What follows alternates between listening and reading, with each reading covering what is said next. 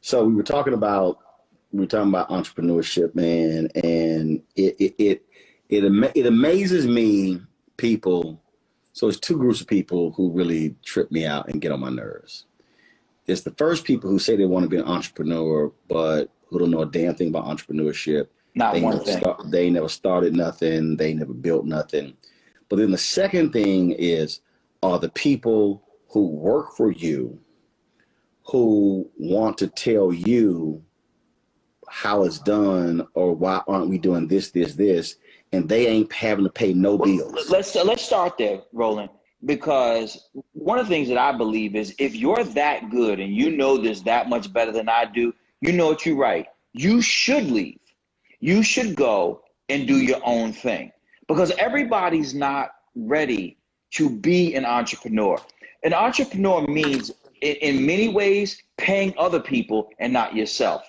It means you trying to explain to your wife or your partner or your kids why it is that you are not going to be able to buy them, live in a particular place, achieve certain things, go to the thing that they want to go to.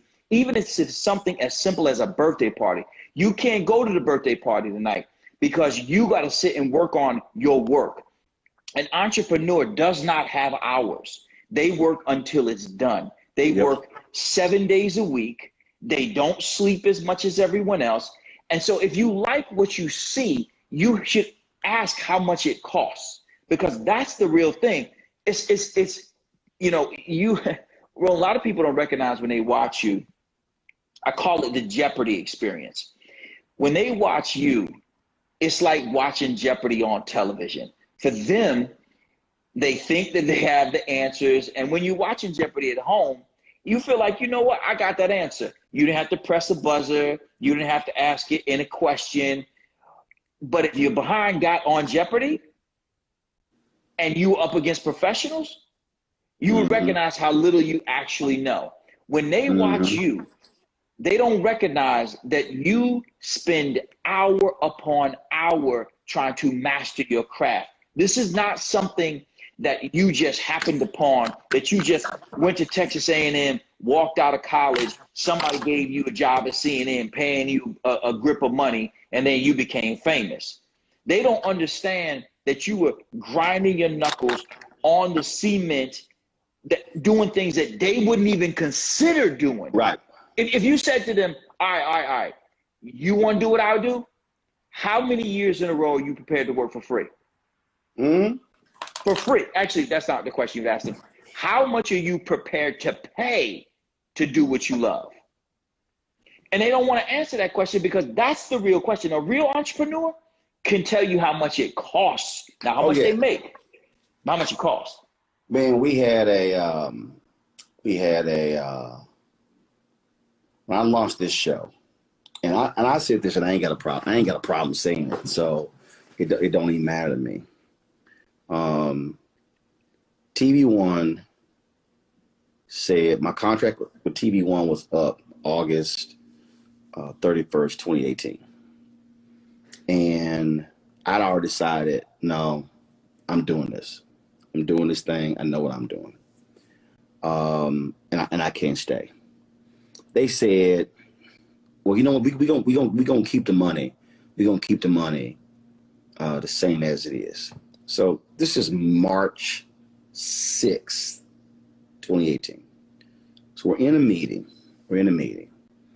And they kept coming back to money. It kept coming back. And I went, stop it. Whole room froze. I said, stop fucking talking about money. I said, the issue for me right now is not money. It's what I'm going to be doing for that money. And CEO was looking at me perplexed. I said, y'all have no plan. You presented me a plan. I said, but he ain't funded it. So I'm not falling for your plan and getting excited, because I said, in fact, two of the items on your plan you said we were going to do in January and February, y'all haven't done. But they don't understand. But let me just push you there, though. Because what someone might be hearing you talk about brother, is you negotiating a contract. What they don't understand is you building your business. I know young folks Well, like to call it a brand. what happened was, because see, I looked at the contract, and remember, this is March of 2018. It ends August 2018. And I'm already going, okay, so if I sign this contract, and it's a 3-year contract, and it begins anew September 1, that means, and this is exactly what I did. I said, I will not be able, because they own radio, television, and internet, my previous contract said I could not do anything that specifically targeted African Americans. So I said, if I sign this contract, then if the Griot, or if Ebony, or if Essence, or if somebody says we want to start something and it was targeting blacks, I could not do anything with it. Explain that, because there's something to that I don't think that people understand. You had to decide. You were not just deciding whether or not you could be on television. You were looking at you as Roland Martin Enterprises. This is an entrepreneur thinking. So break it down about entrepreneurial thinking. Right. So the deal is, I've always believed in multiple revenue streams. So when I was at CNN, there were white boys at CNN who were pissed because CNN was the number 3 revenue stream for me. I had 2 other revenue streams that paid me more than CNN. And they were like, they're trying to figure out why is this some bitch so radical? Because y'all don't control my check. So that's freedom right there. You got to pause there, because you don't want to come off that point too quickly. There you go. When because this is the depth of entrepreneurial thinking. In order for you to speak your truth and to be Roland S. Martin, you needed to have multiple revenue streams. And CNN, the cable news network, was not your number 1. No. And when we got the CNN job, I told my agent, we're going to go get another job that pays the same or more than CNN. Then I got the Tom Joyner job. Then we got the Tom Joyner job. I said, we're going to go get us another deal that pays more, the same or more than the Tom Joyner deal. And then we got that third one. I said, we're going to get a 4th one. So my whole deal was, so even then I had my own company. So even though, and what people don't realize is, when I was at TV One, I was not a TV One employee. TV One was actually paying my company. But how do you get there? But before because we jumped all the way up to you being on television for pay. Right. How long were you doing it for free? What I'm saying is the thing is, let me finish the TV One thing, and then I can come back. They were paying my company. So I was a vendor, they were a client. I was not an employee of the network. Same with me and CBS and Fox.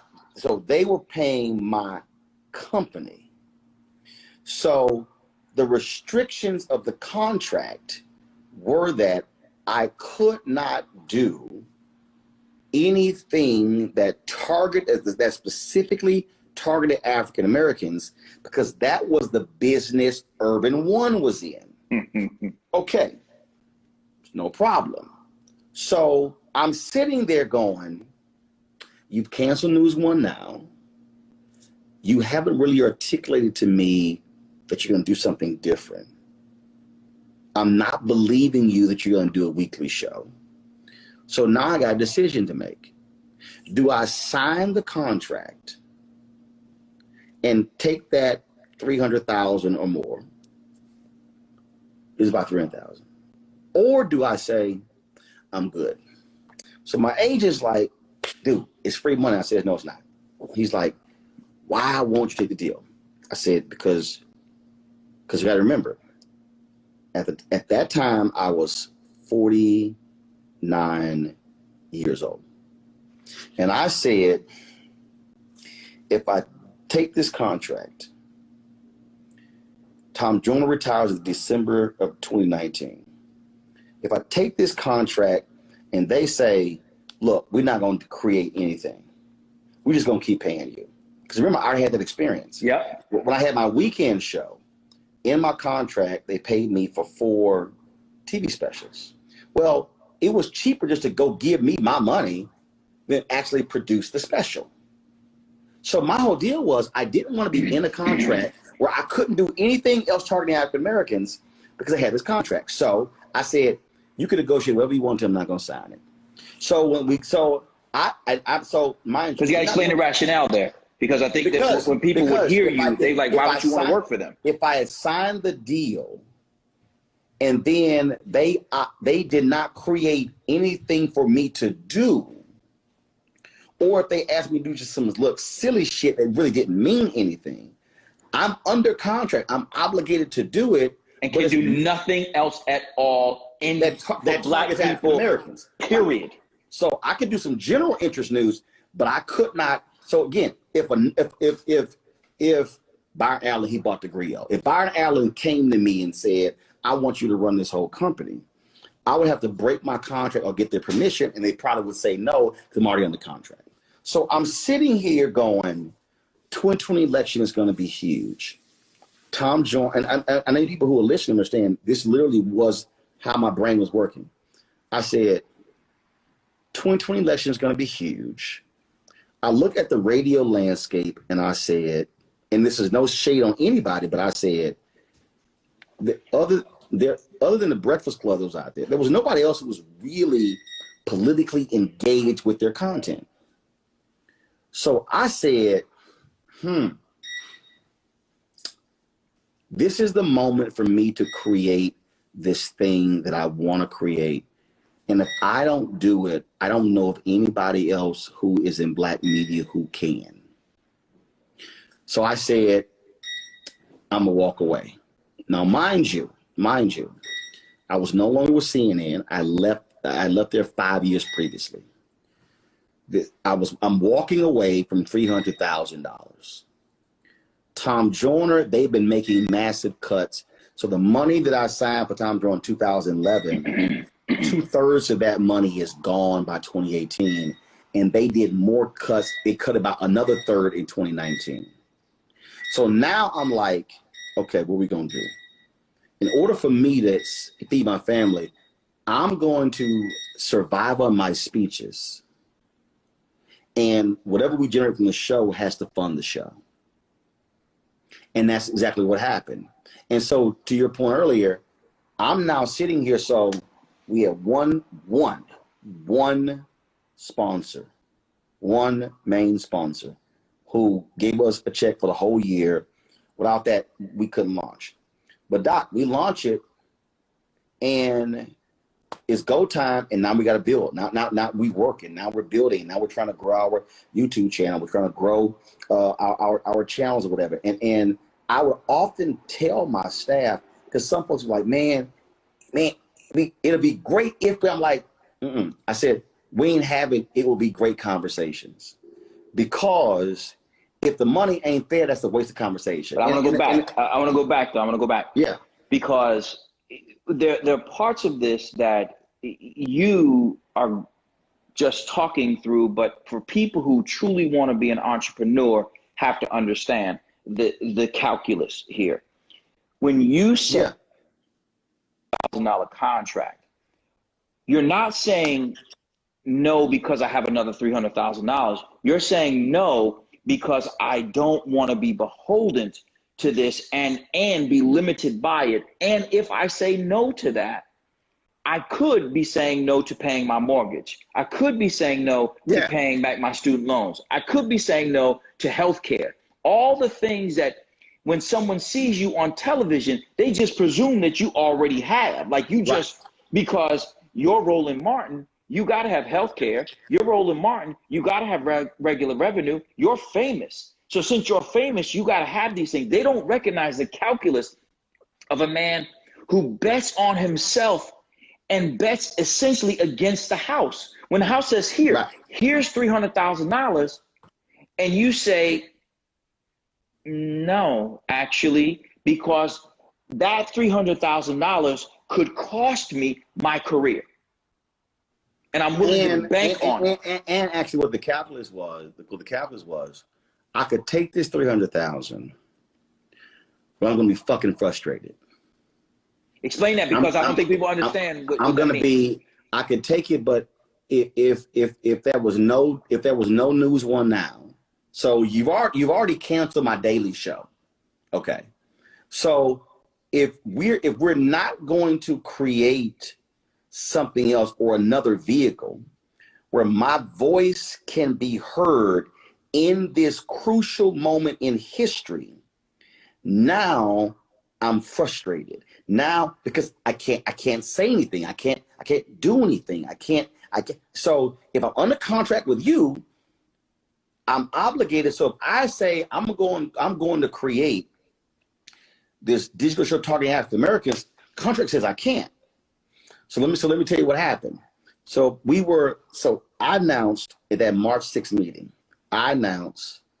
somebody said going to stifle his creativity. Precisely. I announced that I'm going to launch this digital show. And they go, you can't. I said, yes, I can. And they said, no, you can't, because your contract. I said, no, my contract says I can't create. My contract says I can't. Let me block somebody. My contract says I cannot do something that specifically targets African Americans. So I'm going to launch me a general interest show. They go, you can't do that. They said, because your audience is black. I said, no, I'm sorry. And I need people to understand, this is why you have to read the contract. You have to process the contract. I said, no. The contract says I can't launch anything that specifically reaches African Americans, targets African Americans. I said, but I can create a general interest news show. I can easily create a general interest news show that will reach the public. They go, you can't. I said, I'm sorry. Yesterday I was on ABC This Week. That's a general interest news show. Did you object to that? See, I understood what the limitations were. Now, I'm gonna tell you where I got that from. Do you remember when David Letterman went through his whole deal with the Late Show on NBC? Yep. Mm-hmm. There was a book called The Late Shift, and it was an HBO movie. Michael Ovitz was David Letterman's agent. David Letterman had 18 months left on his contract. The contract said that David Letterman could not negotiate any offers with another company. He was frustrated. He was like trying to figure it all out, like what's going on. And then all of a sudden, Michael Ovitz says, let's reverse the process. He said, they will pitch to us. We won't solicit offers. They will pitch to us. And when I read that, Steve, I said, oh shit. From that point on, I looked at contracts differently. Most people look at a contract and says, what I can't do. I looked at what I can do. Well, let me tell you something that you said to me when we were both at CNN. So what folks don't know is that Roland and I, one of the things that they would do at CNN is either we would have to be against each other if they put us on, or they wouldn't put us both on. That couldn't happen. But they didn't realize that we were developing a friendship behind the scenes. And I'm an educator. That's what I really do. And so I wasn't as enamored with the whole CNN experience as maybe one might think. I didn't watch the network before I got on it.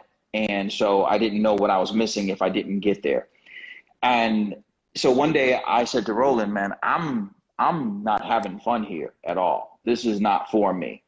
And he said, before you leave, like before you dip, keep in mind that you have to use them as they are using you. Roland told me, see them as angel investors. Let them put you out there and pay you to do it. And then use this platform to create any other things that you wish.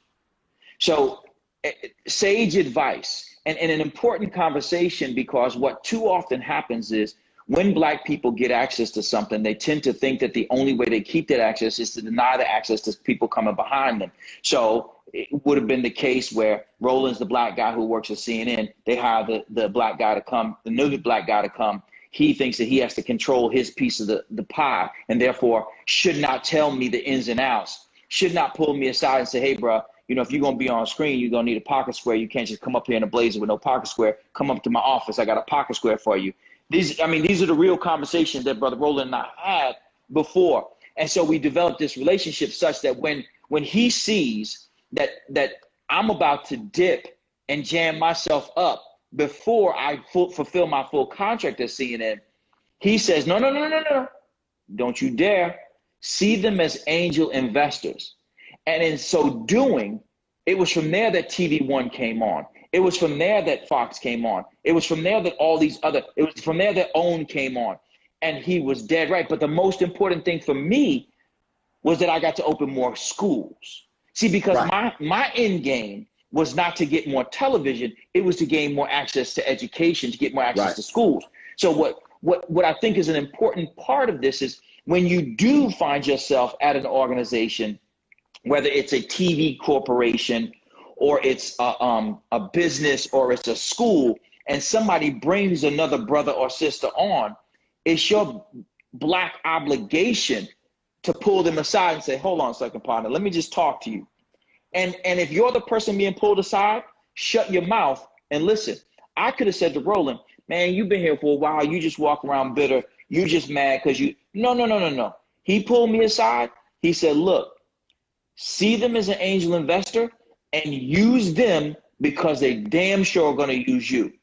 Right. Damn and sure. That's what people have to understand in terms of how do you see the board? How do you see that there's a great scene, and y'all, if anybody out there, if you've seen the movie Who's Searching for Bobby Fischer, there's this phenomenal scene where Ben Kingsley is the chess teacher of the young man. I forgot his name. So in this scene, y'all go to YouTube right now, y'all can see it. In this scene, so Ben Kingsley says, I need you to see the board. He said, I need you to see the move. And the young kid goes, I don't know what you're talking about. I can't see it. And he kept saying, I don't know what you're talking about. He goes, let me make it easier for you. He knocks all the pieces on the floor. He said, now see the board. And the kid's looking over here at the pieces on the floor, like, ain't no pieces on the chessboard. But he was trying to get him to visualize all of the moves with no pieces even being there. And so, for me, the moment I knew, the people don't understand, I knew TV One, I knew the show was going to get canceled. I kept saying to people, if y'all keep increasing this, I kept telling the staff, y'all keep increasing this budget, you're putting yourself in the danger zone to get canceled. So me and my digital guy, Keenan, we began working on the channel, getting stuff going. And so what people don't realize is I found out they were considering canceling the show. I sent them a proposal, and I want people to listen to me, how you have to see the chessboard. The TV contracts, the cable contracts that we had at TV, they said that if TV One produced a show, TV One could not stream it online because the cable affiliates only want you to pay for cable to see the show. I knew we were limited because very few people watching us on linear television. I knew there was an audience online. So I said, I just, and again, this is where, again, seeing the pieces, no chessboard. I'm at home and I'm sitting there going, how can you do it, but get around the contract? How can you? And then I went, Dish Nation. So I go to my computer and I pull up Dish Nation and I said, Dish Nation's online. Then I go, wait a minute. Dish Nation is a syndicated show, but they're also online. So what happened was, Steve, I then went, I sent them an email. I said, let me ask y'all a question. How are we able to air Dish Nation and they're also able to stream online? The general manager or the legal person told me, oh, well, because they are a syndicated show that we license, that provision of the cable contract doesn't apply to them. But you're nailing something that's really important. I'm gonna pause you here. One of the things that you keep doing instinctively, but most people don't understand, and this is why they struggle to actually become an entrepreneur, is you were being nimble. You were trying to learn the rules of the game so you could win the game. You were trying to clear the board so you could see the next move. It wasn't about getting a job at TV One or getting a job at CNN. You were saying, how can I build a platform upon which I can stand and cannot be removed by a boss? That's an entrepreneur. Right. And so what happened was, when they told me that, I said, well, wait a minute, you know what? We can create a win-win proposition. So I submitted to TV One a proposal. I said, let's do this. I will own the show. You're paying right now $5 million for the show.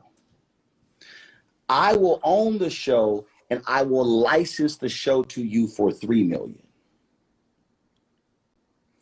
Now, you can handle the back end stuff and we can drive digital sales because now we can now stream the show. Got no response. So I send email like, yo, what's up? What's up? What's up?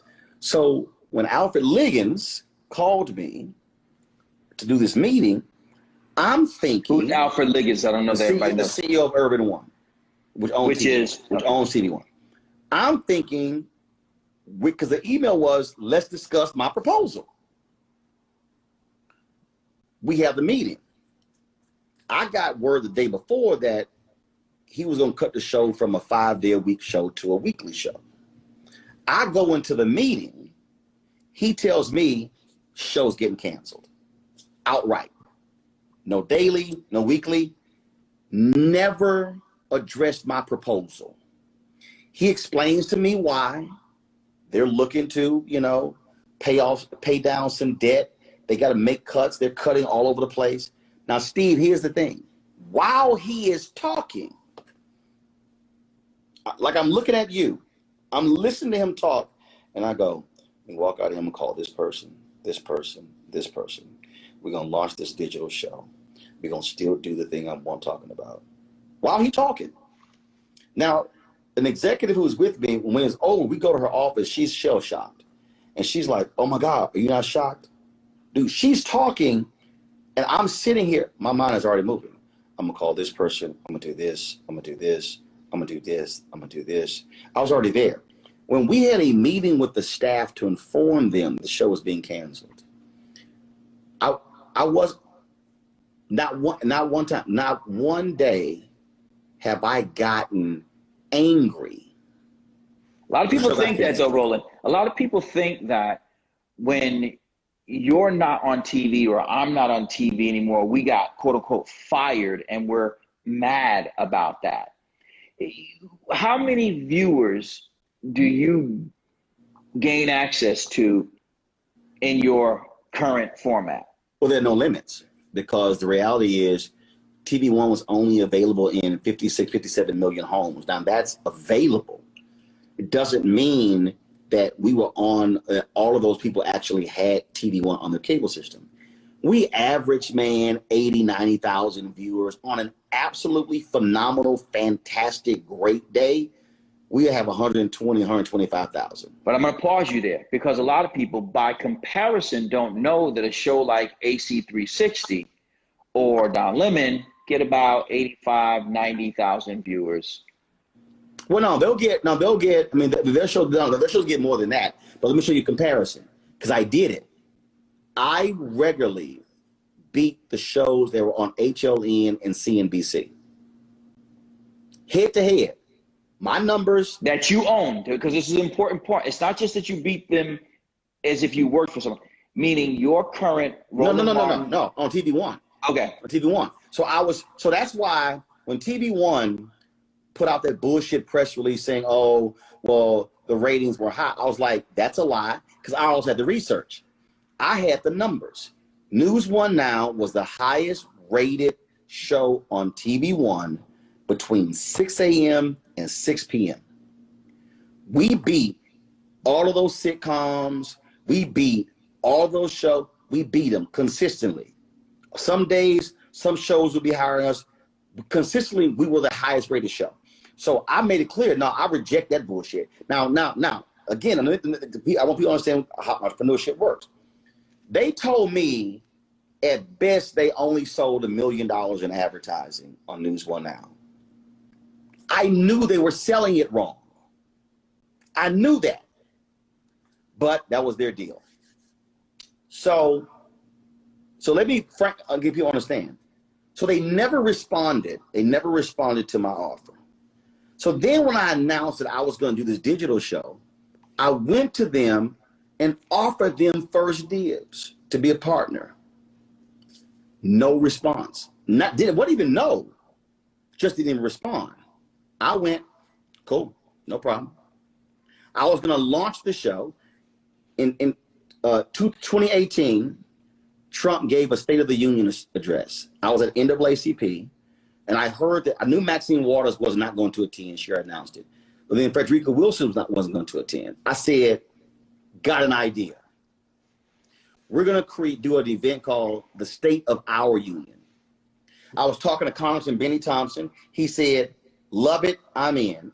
I was talking to Derek Johnson, CEO of the NAACP. He said, we will partner with you. It was in 10 days. I put it together in 10 days. Now, here's the deal. I was like, damn, where can we do this thing? So I called Shiloh Baptist Church. Pastor gets on. In 10 seconds, he said, yes. Now we got a venue. But here's the thing, Steve. All of the equipment, the cameras and the lights, I bought. Remember I told you about the angel investor? Yep. I bought my own gear while I was at TV One. See, because that's what you did, because a lot of people, I didn't wait for the show to end. Right. It's real easy to get caught up in the trappings of the position by the car, by the house. But what you did was you built up your branding and your capacity to continue what your work was. I took $100,000 of my own money and bought my own shit. So when 2018 came around, the cameras, the lights, the switcher, the streaming equipment, I owned. I didn't have to rent it. My labor costs were lower because I owned it. So let me also, again, I need people to understand, again, chessboard, piece is gone. We were doing MLK 50 interviews. MLK 50 was the 50th commemoration of the assassination of Reverend Dr. Martin Luther King Jr. We started working on those pieces in late 2017. Show gets canceled. So here I am in January. Yo, what's our April 4th plan? Nobody responded. Every week, what's our April 4th plan? So shit, Steve, we get to February. bruh, it's only 2 months, February, March. So I'm like, yo, what we doing? So I then go, fuck it. I got to do these interviews myself. I take $30,000 of my own money. Now you're 130,000. They're just going to do the math. Right. So 130,000, because people, when we think about becoming an entrepreneur, we want to know how much we're going to make. But the reason Roland and I are having this conversation is because we just talking like two brothers plotting and scheming what our next move is. And we say, you know what? We should take this conversation and save some people's lives, save some Black people's lives in particular, and stop some of y'all who maybe, you know what? Entrepreneurialism is not for you. Be comfortable working for somebody, because that's not a bad thing, because somebody got to work for somebody. Right. And so like what you're hearing, for me. Yeah.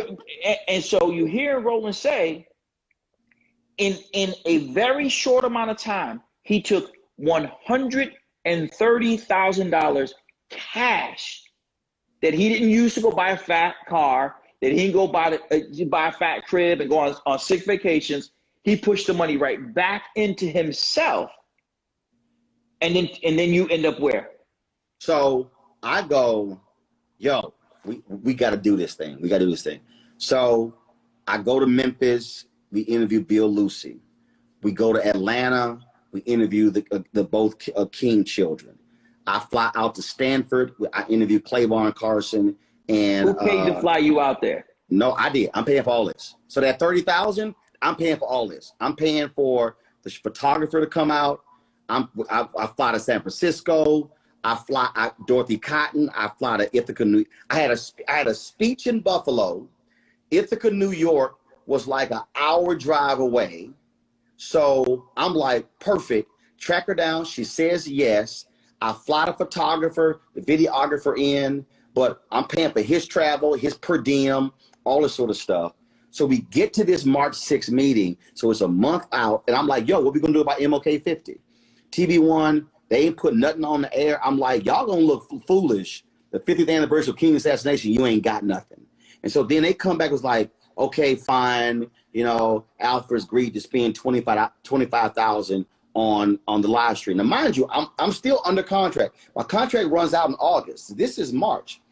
So under contract, you want to make sure you show the parallels. Your under contract means where you currently work for. I'm getting paid from them. But you're doing your own creation of your own MLK 50. Well, I'm doing the interviews, because if I waited on them, the interviews never would happen. So here's what happened. So when they come back to me, I go, all right, we'll do this deal, but I got to co-own the content. Now, why could I say that? Because TV1 didn't own their own shit. They didn't have a streaming equipment. They didn't have their own cameras. They didn't have a switcher, because all their other shows were produced externally. So my whole deal is, if y'all want to use my shit, we got to co-own the content. Because people see you on television. Well, they see you on television. They see you on the internet. And they see you as the man doing the interviews. What they do not understand is the mind behind the business that creates the platform. The business of the business. So take me through, why not take that deal for $300,000 just as it was, and just hope that TV1 or some other network just takes care of you? Because they had $300,000 on the table, and I was focused on 3 or 30 million. What I said, and people didn't understand, I literally said this. I said, I am 49 years old. If I don't do this now, I never will. Whoa, we're going to go there. Because there are a lot of people who think that they're too old to start a business. Hell no. They think that it's too late for them to do it. You were 49 years old. Yeah.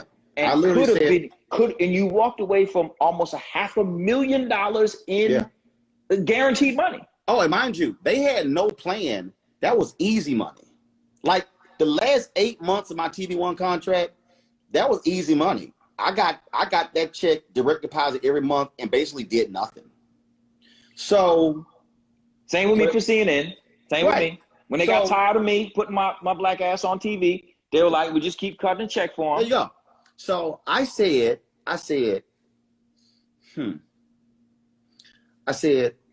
not only I'm at my peak in terms of knowledge, business knowledge, media knowledge, interviewing knowledge, my contacts, I can reach anybody I want.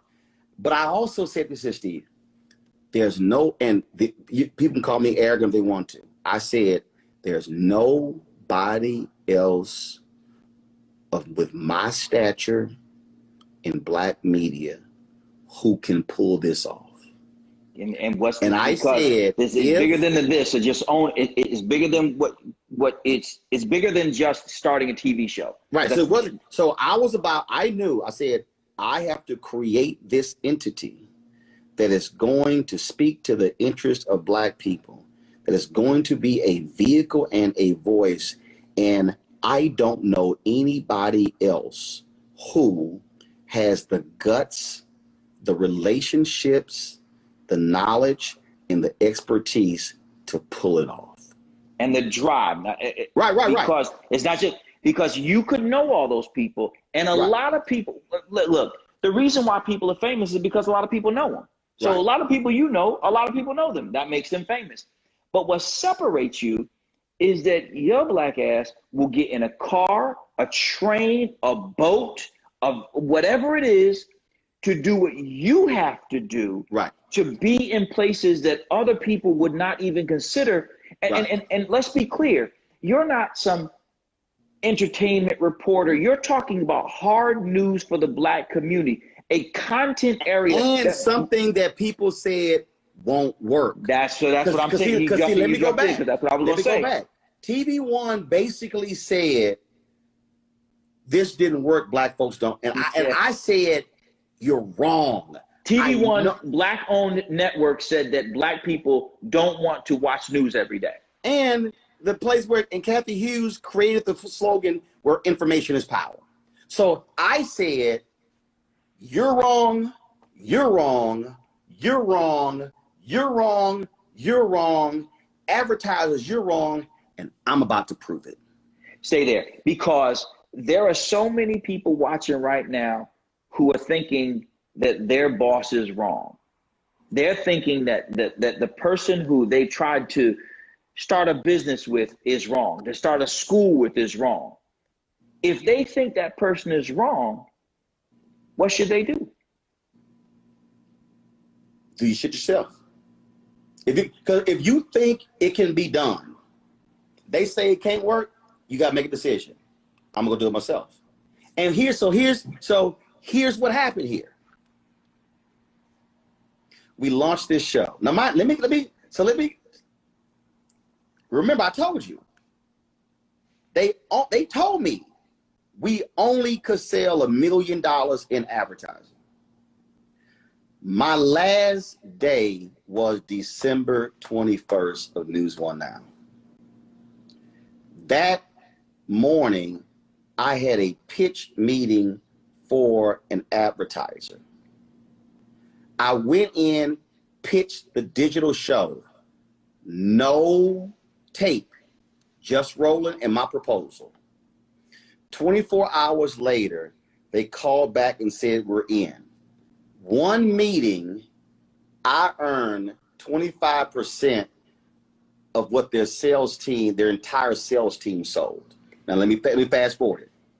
In the first year of my digital show, I personally sold, not a salesperson, I personally sold $700,000 in advertising. Again, an important place to start. This whole sales team only sold $1 million because I knew how to sell my show, and they never came to me and asked, how would you sell the show? They sold the show like a traditional news show, buy a pre-roll spot, drop it in, whereas my vision was totally different. But it's also about there are times when the powers at be have a fundamentally different belief than you do. And so even at CNN, and both you and I know, and I'm gonna tell the story because I was there. Even at CNN, there are people who literally don't want to see what they deem as the wrong Black people move up, and will say so in spaces that they think are safe. And the person who told me that told me, don't act like Roland. He said, you're new to the network, don't do what Roland does. Not knowing that I was gonna come back as soon as the meeting was over and say, Roland, guess what dude said? Because his Black ass did say it. I sat in his office and saw no pictures of Black people other than him. And he felt like he could say to me what it was that he really wanted to say. And he felt like I would co-sign it because I so badly wanted to be on CNN. But my commitment was never to CNN. My commitment was to putting myself in a position to open more schools to serve more Black and brown kids. So he could tell me whatever he wanted to tell me. I didn't really care. They could have fired me that day. It was 2 tears in the bucket for me because that wasn't where my mind was.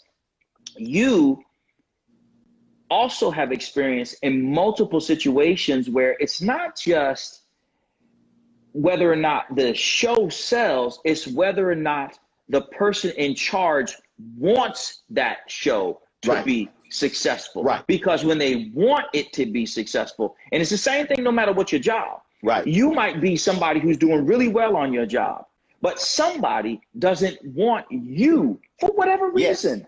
For whatever reason it is. They don't want you in particular to succeed. And because they don't want you in particular to succeed, you can come in with all the data in the world that says, hey man, let me explain to you why this is a good idea. And because it's their platform, because it's their company, because it's their show, whatever it is, they can look and say, yeah, we're not going with that. Because Save My Son did well on TV One. But they didn't want a hard-hitting show that talked about issues dealing with how we move young boys forward. Because black networks, which is also a function of what these advertisers are, it's like, oh, if it ain't entertainment, nobody's gonna watch. And it's kind of like, no, my whole deal is, if you keep serving our folks dramas, comedy shows, if it's not award ratchet, shows, if it's not ratchet, then they assume it's not gonna watch. And so here's what's happening. So what's happening is this here. So, and y'all, here's the deal with my numbers. See, like I had these people, these haters out there when I first launched.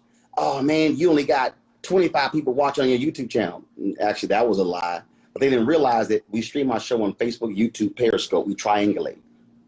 So just so people understand, and we see, unless, again, let's go back. Remember, I walked away from 300. I lived off of my speeches, and luckily my speeches didn't drop off, but bottom line, that's hit or miss. That ain't guaranteed. Who are you telling? I walked away from guaranteed. I walked away from guaranteed money. Let's say I want to pause 20. I don't know if you understand. 20. So I turned that deal down. 22 months after. I need everybody to hear me. 22 months after I walked away from 300. I'm at 300. I'm gonna pause us here because what I want us to do is I want to start to deconstruct some of the ways in which you got there, and I want people to understand that you don't just get offered a TV contract for $300,000 because you do really good interviews. That's not why. A lot of people don't realize that when they watch CNN, MSNBC, Fox, and all those networks, and they see all those commentators, that those people are not being paid a dime. Many of the people that you see, unless they say you're a contributor or an analyst, you talking for free. So like when MSNBC calls me I'm not getting paid. It's for free, which is why when I'm doing it from my green screen downstairs, my show logo is over my left corner. Yep, you damn right. I'm branding my show. Angel investor. One of the things that Roland taught me was when they want to put your black ass on TV, use that platform to get your message out to your community. So my community are parents and children who want a better life. I have no designs on becoming anything other than the best educator I could possibly be. Right. And that people keep putting me on television is not an indication of my efforts. I do not have a TV agent. I don't have a headshot. I don't have any of that stuff.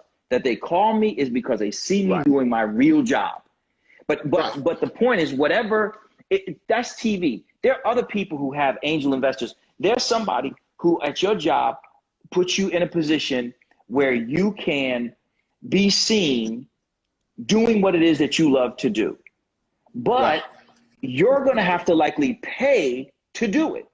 So let me go. See, I love it when stupid people hop on these feeds, and most folks say, you know, hey man, don't even worry about it. But and I had this already pulled up. So this is for that dumbass fool PM 3 AM. Cause see, he's a perfect example of the white folks who say black folks don't want to listen to black news.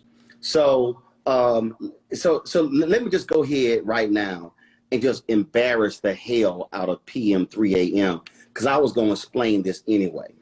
So I'm about to give you the video views of my show from January to July of this year.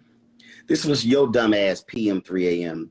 Facebook video views January 5.1 million, February 4.8, March 7.6, April 8.3, May 8.6 million, June 9.2 million, July, as of July to July 17th, 7.6 million. We probably going to end up with 10 million in July. Let me go to YouTube. January, 5.1 million video views. February, 4.8. March, 7.6. April, 6.3. May, 14.5 million. June, 17.3 million. And through the first 17 days of July, 10.2 million. Now, Periscope, 271,000 in January, 477,000 in February, 679,000 in March, 484,000 in April, 248,000 in May, 594 in June, 399 in July. Why is that? Because we move people away from Periscope to YouTube. I'm going to give the minutes viewed. This for that dumbass PM 3 AM. Facebook, minutes viewed this year alone, 85.4 million. YouTube, 478.9 million. Periscope, 1.3 million. Podcasts, 417,580 plays. Not only that, on June 4th, we hit 500,000 YouTube subscribers. Right now, because with the YouTube Studio app, you can check. Right now, July 30th, we have 594,763 subscribers. Oh, you want to talk about revenue? We actually were doing an average. We have tripled the money we made between January and April. We have tripled the revenue in May, tripled it in June, which was higher than May, tripled it in July, which was higher than June. Doing a show targeting black people and black news. We are proving, and so now take it even further. The valuation of the company. See, I need y'all to hear me right now. Remember, I walked away from 300,000. Take them there, because you got to go back. You walked away from 300,000. 300,000. The valuation of my company today is 7.5 million. Pause there. Someone offered to buy 20%. I need y'all to hear me. I turned down $300,000 22 months ago. Someone asked me, give me a number to acquire 20% of your company with a $7.5 million valuation. That means I could sell 20% of my company right now for $1.5 million after 22 months of walking away from 300. That's looking at the chessboard without the pieces. So one of the things that PM, 3 a.m., kiss my ass. Go ahead, Steve. One of the things that I've learned is that it is easy to overlook God's gifts. It is easy to overlook how what could feel like a tragic situation is really somebody telling you that you are in the wrong place. When I was fired from my job at a college in 1999, I was racked with student debt. I was making $32,000 a year and had no plans. There was no TV. There were no book deals. There was nothing. That was just me, a college campus employee working at the Career Resource Center, and I was fired. Regular old fired. Ain't nothing. It was just, we don't want you working here anymore. I remember the day I was fired, I went to my man, Brother Yusuf, and we were just friends then. And he said, this is the best thing that could have ever happened to you. And I said, a little too soon, my man. I'm like legit unemployed. I don't have any money coming in. I am broke. I am only 3 years out of public housing, and I am in trouble. He said, now you will work on your talent.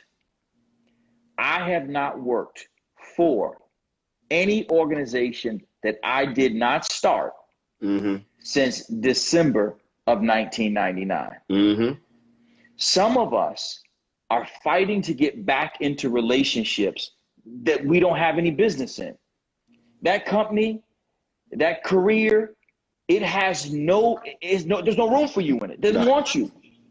And you're not listening. So you take the shiny thing. You take what you think is the easy money. But if somebody can give it to you, they can take it from you. When Roland was saying no to the 300,000, what he was saying no to was, you can't own me. I am not for sale. I will contract with you. And I can't have you stifle my creativity and stifle my vision and stifle what the God's giving me, because I see on the horizon what's coming. Tom Joyner was retiring December 2019. I literally said, if I launch this show in 2018, give me all of 2019 to build it up. When 2020 hits, I am in prime position to have a platform that will speak to the issues. I just read to you when the numbers took off in January of 2020. I saw that in December of 2017. What a lot of people think, though, is that they have to convince other people to see it. The only person you have to convince to see it is you. Roland was convinced. And when you are a person who is convinced, the only person who can stop you is you.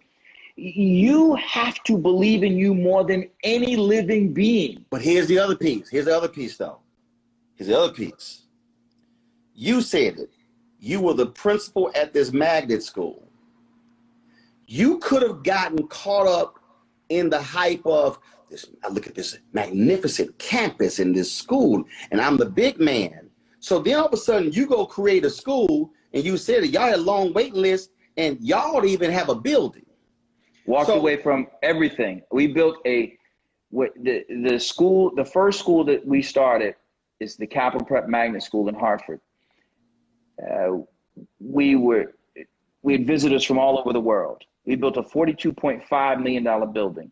It was a flywheel, meaning that I didn't have to do. I could just sit there and it just ran itself. It just 100% of our graduates going to four-year colleges, one of the top performing schools in the United States of America, had a waiting list of 2,700 children on it, and we could only accept 50 kids. We were stocked, locked, and I could just sat back and just did it. Because I was stifled by Hartford Public Schools, because they would not allow me to grow the vision that I saw, because they were working, because my bosses were working against me, despite the fact I was a big time earner for them. I had the number 1 and number 3 top schools for children who wanted to come, period. I had 1 and 3. I only had 2 schools. Occupied 2/3 of the top 3. Because they would not, I said, 2 tears in a bucket. You can take the $42.5 million building. You can take all that I've worked for. You can take my entire staff. You can have everything that I built. I walked away like Dr. Dre. And I mean it that way. I walked away like Dr. Dre because I knew I'm going to bet on me this time. And went from having a $42.5 million building to a former mental health facility. Now, you told me, man, the handles, the heat, all sort of stuff. Now, why am I saying that? Why am I saying that? Because I need the people listening, I need y'all to understand. When I got Journalist of the Year at the National Association of Black Journalists in Orlando in 2013, I said in my acceptance speech, too many of you are enamored with the largeness of the letters on your card, meaning ABC, NBC, CBS, CNN, MSNBC, New York Times, Wall Street Journal. I said, you are working for large companies with small opportunities. I said, at the time I was at TV1, I said, I have sat at the table with the President of the United States multiple times, sat at the table with the Vice President of the United States multiple times, and I wasn't there because I was with CNN. I was with TV1. Y'all thought TV1 was lower than CNN. I said, but there were people who were big anchors at CNN who could not get to the table with the president because there were some other folk bigger than them at CNN. I said, so learn to accept the big opportunity at a small company. Now let me hit the whole deal with the digital deal. People thought, oh my God, you're not on TV. I was like, boo, this is the new TV. See, I'm like, you focus on that system. I'm like, no, when I say on the show, I own this shit. What that means is I'm not asking a 32-year-old white producer, please, pretty please, can I go cover black people? Roland goes. That's a real thing, but people don't know that. People don't realize that when you watch CNN, MSNBC, Fox, what you are seeing are the opinions of mainly 25 to 32-year-old white kids saying to people like Roland and me what a story is or isn't, and us having to negotiate with someone who's neither an expert or a person who we should be listening to telling us what a story is, and in many cases, if you let them, telling you what to say. I'm gonna give y'all an example. When I was at CNN, they couldn't get anybody to fly to Birmingham to interview Winnie Mandela. So they asked me. I was like, hell yeah. Fly down to Birmingham. I got 15 or 20 minutes with Winnie Mandela. I asked my questions. We come back. They call me and they say, we got a problem. I was like, what? They said, well, why didn't you ask Winnie this and this? I said, why in the hell y'all interview Winnie Mandela your damn self? I asked Winnie what I wanted to ask Winnie. They told me, well, we're not going to run the interview. I said, bet. I went to John Klein, who was the president of CNN US, and said, yo, they not going to run the interview. So give me the interview and I'm going to run it on my TV1 show. He said, cool. I did. 2 years ago, when I was in Memphis on my own dime doing those interviews, Winnie Mandela dies. We restreamed the Winnie Mandela interview on my digital platform. Had I not had my own outlet, which was then TV1, I would not have been able to say, give it to me to run. Now, hold that point right there, because I need to hear the people understand. Remember I said I'd spent $30,000 of my own money doing those interviews. Just for one story, $30,000 to build out the Dr. So King. we did about 10, 12 interviews. Reverend C.T. Vivian dies. That was one of those interviews. So I now am able to restream the Reverend C.T. Vivian interview on my digital platform because I did it 3 years ago. I ain't done that. Hold up. When Dorothy Cotton died, I did it 2 years ago. I was able to restream it. The John Lewis interview that I just ran, which included him talking to Colin Kaepernick for the first time, I paid for that interview. So I own that interview. I am now able to see y'all.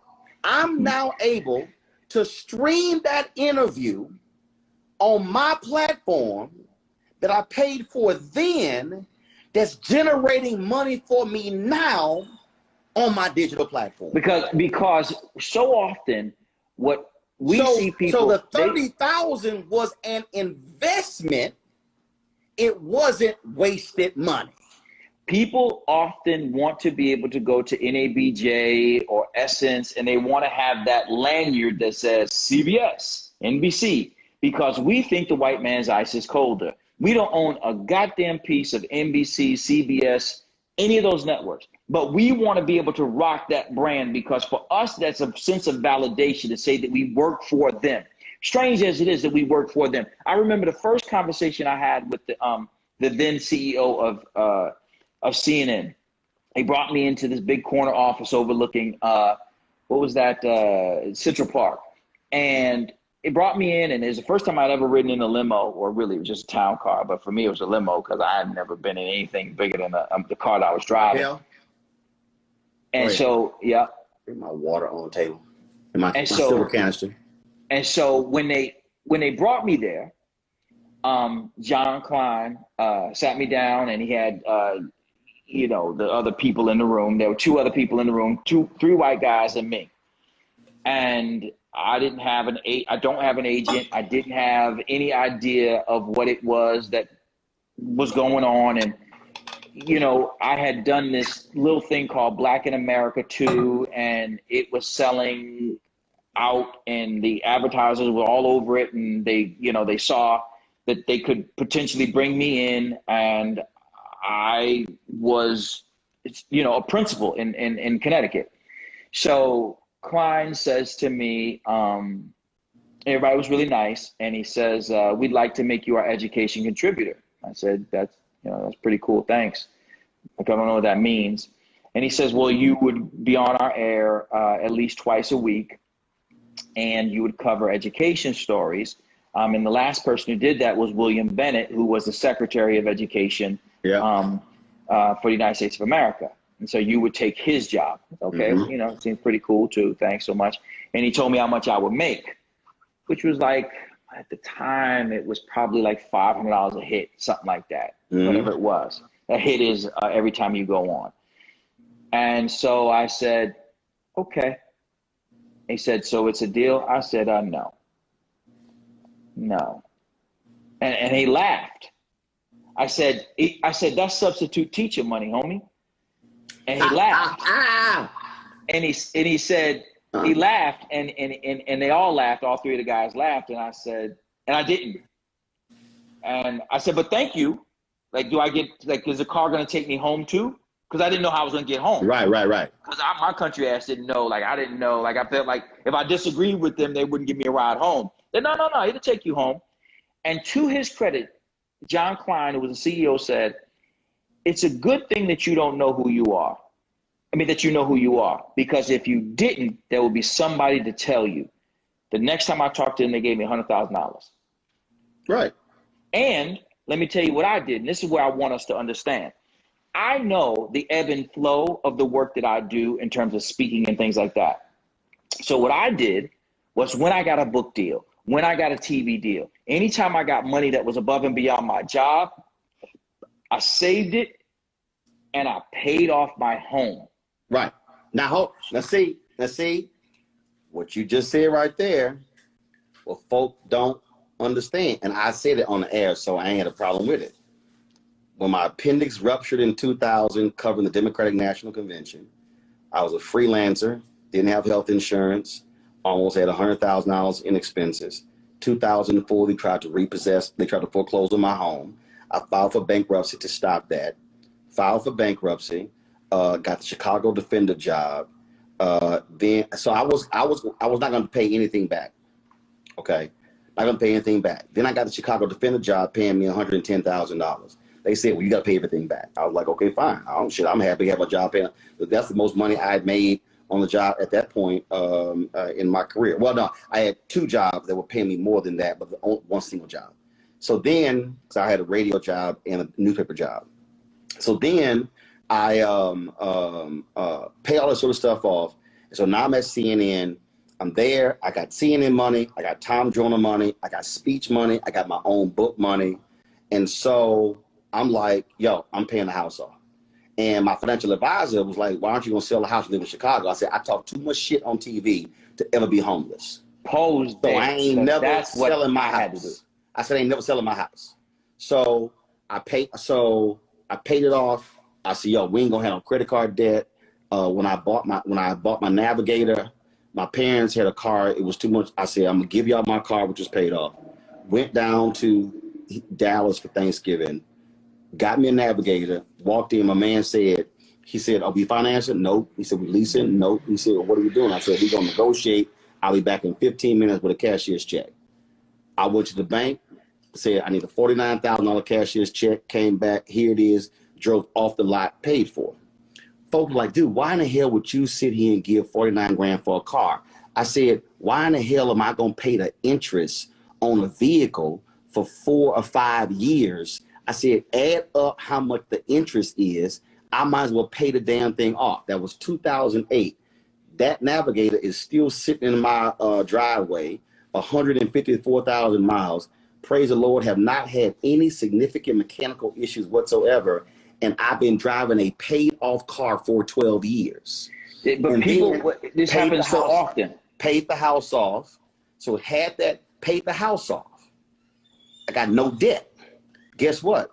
My parents, when they retired, they were in a small apartment. So they would move to a small apartment. I was like, shit, it's gonna get smaller than this. They were in Houston, so y'all can move to Dallas, live in my house rent free. So my parents and my sister and her daughter are living in my home. So there's 3 generations living in my home in a house that's paid for. Let me, folks, follow me.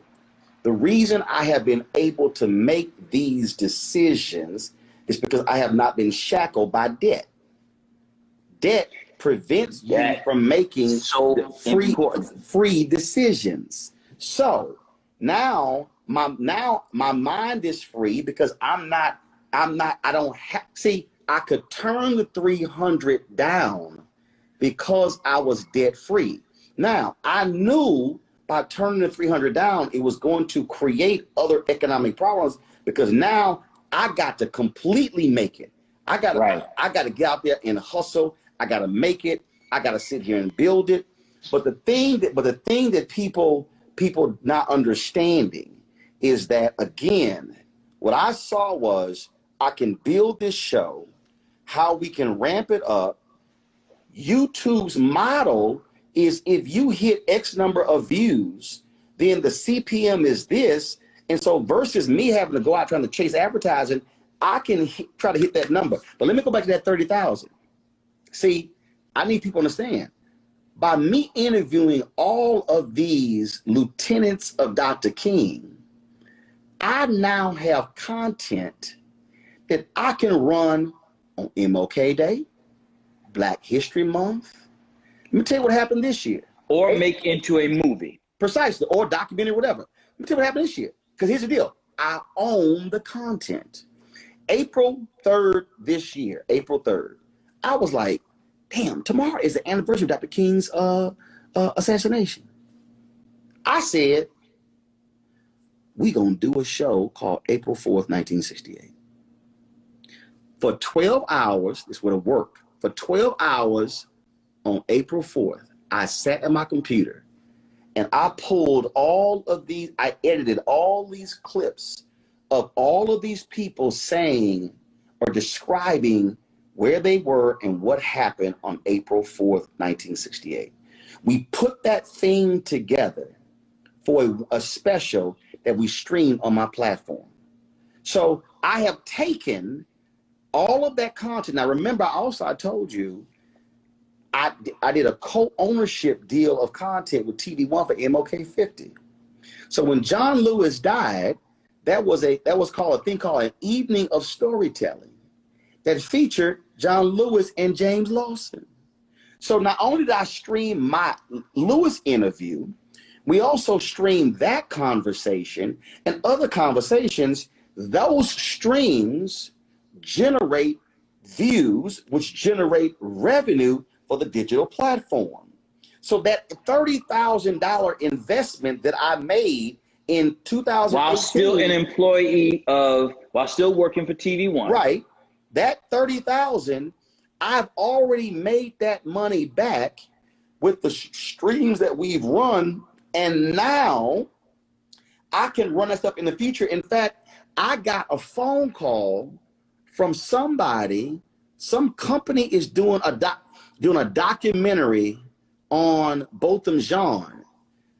I had a speech in Fort Worth, Texas. Ben Crump told me about this news conference. I hired me a photographer to go shoot it. I think it cost me $500.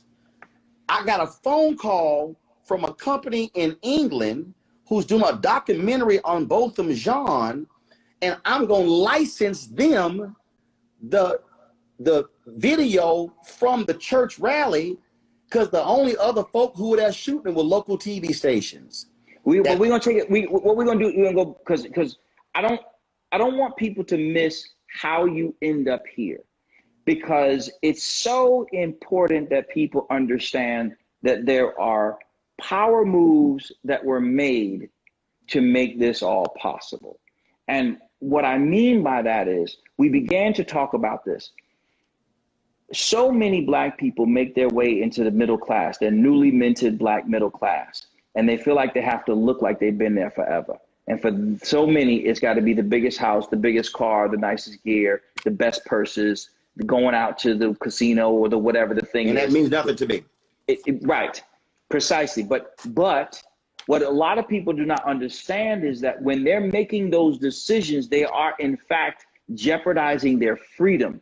Yes. Because the more money that you owe people, the less capacity you have to be a free Black woman or a free Black man. Yeah. So what you have to do when you are not a free person of color is you have to work for somebody who does not value you, which means you got to put up with a whole bunch of BS that you do not want to, so that you can pay that, so that you can pay for that Mercedes that you really shouldn't have gotten because there was a Kia that had a better warranty. And for me, I'm not a car person, so I don't give a shit. I drove my, y'all gonna trip. I drove my Navigator for 2 years and never washed it, because I didn't give a shit what the outside looked like. It ran. I literally did not care. I was like, one of my workers like, dog, why your car always dirty? I said, I don't give a shit about, I said, I'm not washing this damn car every week. I said, man, that shit don't even cross my mind. I get my car detailed once a year. That's $200. Man, I'm like, see, but all those things though, Roland, it doesn't even register with me. It's irrelevant to me.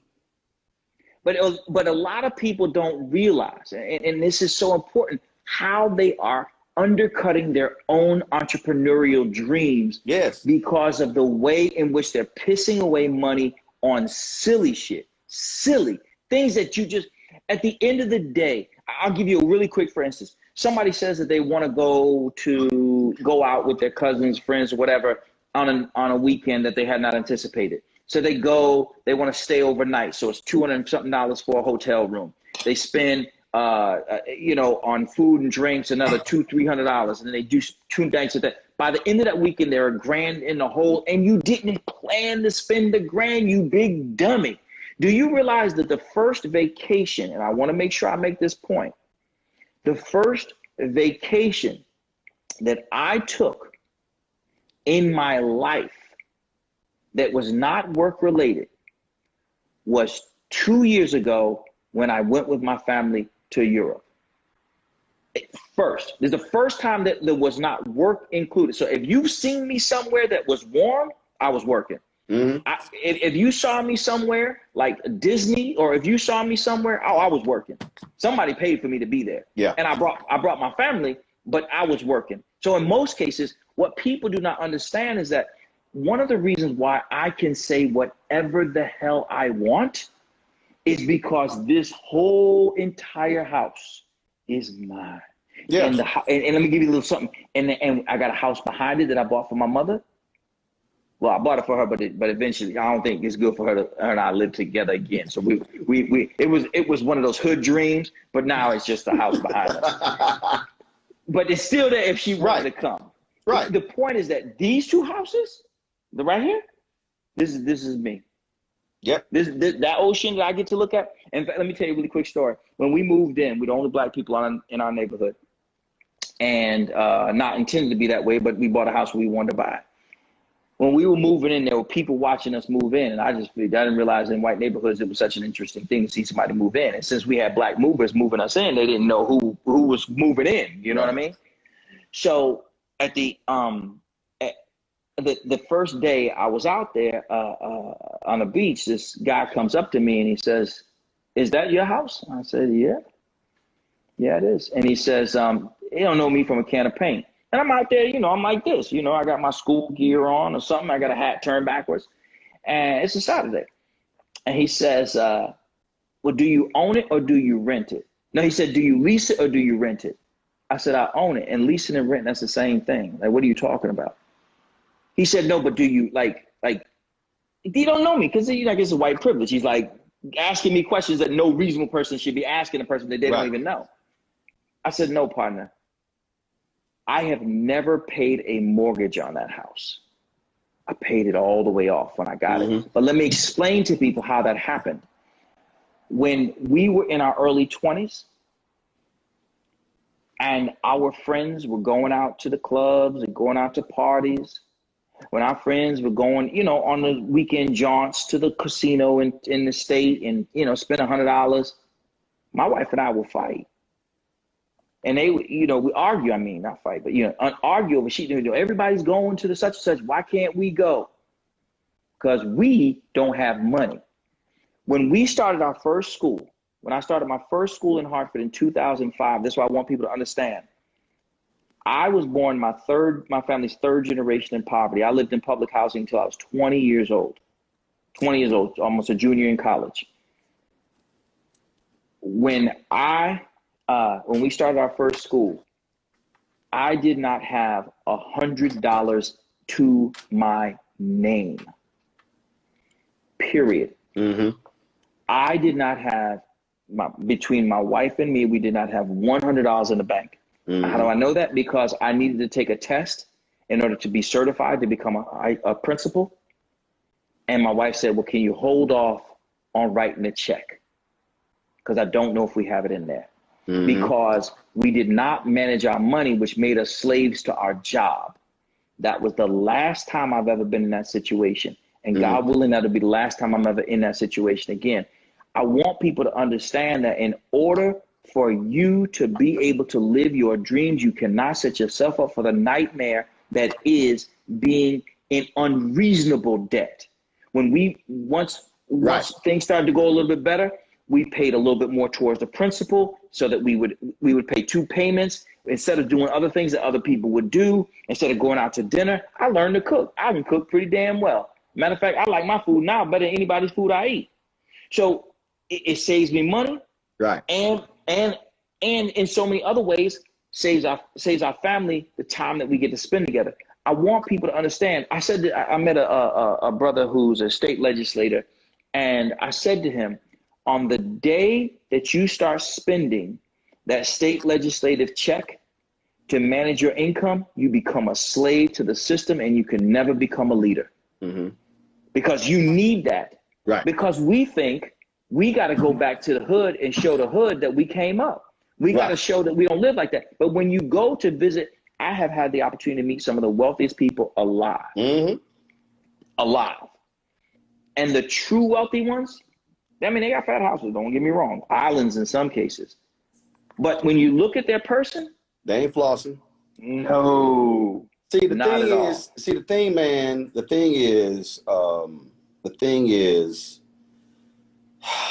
when I mentioned earlier about the validation deal, first I mentioned the car. Like for me, I ain't never been a car person. Like, okay, I see that's a nice car, but I ain't like freaking out like, oh my God, I gotta have that. My dream car has always been a Dodge Viper. Love it. I've always loved it. But this is what I've said. My wife will tell you. I've said, Dodge Viper is going to be $100,000. I could have gotten a Dodge Viper 6 or 7 times in the past 12 years. I could have easily. I said, the only way I get a Dodge Viper is if I make $1.5 million for 3 consecutive years. Again, I ain't tripping on it. I'm not. So, and if I never get a Dodge Viper, I'm good. But in terms of dream car, that's my dream car. But when I'm talking about validation, there were people. So again, y'all, I ain't got a problem. Just so y'all understand, being real about shit. When I left CNN, I was a $283,000 a year contributor. I knew there were people at CNN who were pissed that I was making that much money. I didn't care. There were people who come to me and they like, yo, man, I wish you go to MSNBC, I wish you go to CNN. I'm like, why? I know that there are anchors at those networks making less than I'm making right now on my digital show. I know that. So, yep. So you want me to go somewhere to make less than I'm making now because it's validation. It's MSNBC, CNN. I had a publisher. I had a book publisher. 2009 when I was at CNN, called me up. They wanted to meet with me. And Steve, they were like, okay, like all these ideas. So I kicked out several different ideas. And they were like, no. I said, hold up.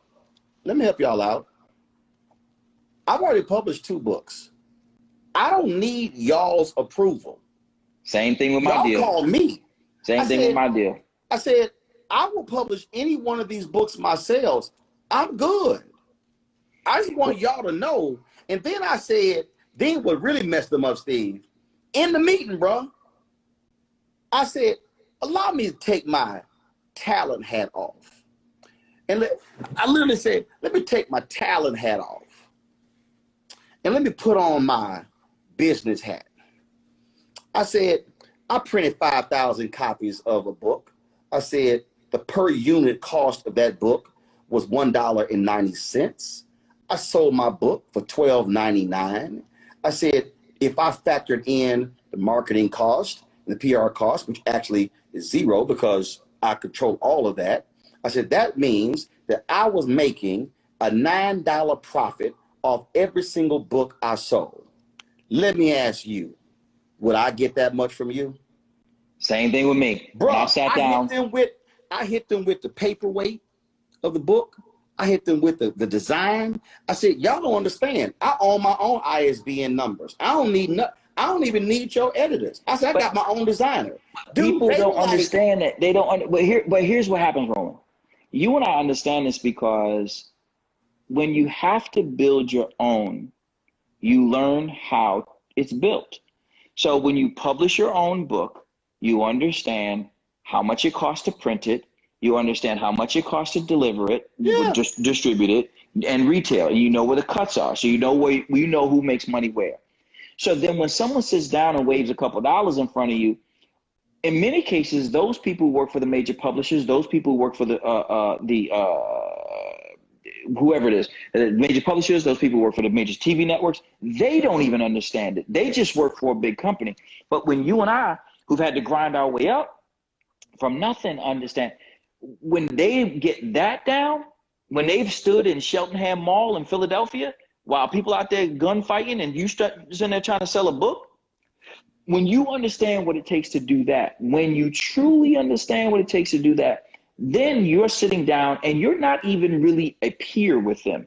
You are actually superior to the person who you're talking to, not as a human, but in knowledge of the content, because you understand that, hey, man, you know what? I know how much money I could make off of this book. So if you don't want it, guess who is perfectly freaking okay with selling it himself? And the same is true with TV. When I did my TV show on Fox through CBS daytime, I sat with they said, we want to handle all of your marketing and promotion. I said, well, I got a team. I got a couple people that I'm already working with. And they said, no. We're CBS daytime. We will take care of this. This is what we do. Okay, well, but I have somebody, I'd like to work with. No. Whatever. I kept whatever I had. So we sat down for a meeting, and my man, Yusuf, said he was apoplectic over the work that they hadn't done in terms of marketing the show. Because what people don't understand is just because you're on a major network, it doesn't mean they're going to treat you like a major talent. This is what Roland's trying to tell y'all. What he's saying is, when it's his product and it's something that he believes in, then he's going to put everything behind it. But you are toilet paper on most of these networks. Let me tell you what I mean by toilet paper in a second. So when we sat down with them to go over how many radio interviews they had gotten from me, how many blog interviews they had gotten from me, how many TV interviews, and how many print interviews they got from me, Yusuf was out of his mind, angry. And I said, why are you, brother, chill, just chill. You got you scaring these white people, stop. Like, we got to get along with them. And so he says, tell them how many you have. And so I said, Megan, how many do you have? She said, well, we don't have any. I said, I'm sorry, any like in zero? You have a daytime TV show about to premiere in 12 of the largest markets in the United States of America on Fox. And you don't have any radio interviews for me to market this. Wow. Yep. So what people have to understand is that when you are on a major network, when you are with a major publishing house, you are toilet paper in Walmart. Walmart keeps toilet paper in the store, not so they will make money off of it, but so you will not leave the store to buy it. So for them, it's volume. They don't have any particular commitment to any particular talent. What they have ultimately is a commitment to keeping content out there. And if it hits, it hits. If it doesn't, It doesn't. You just a couple of dollars off their back. Right. If it don't hit, they're gonna move you out, slide the next person in, and that's where they move. But see, the thing is,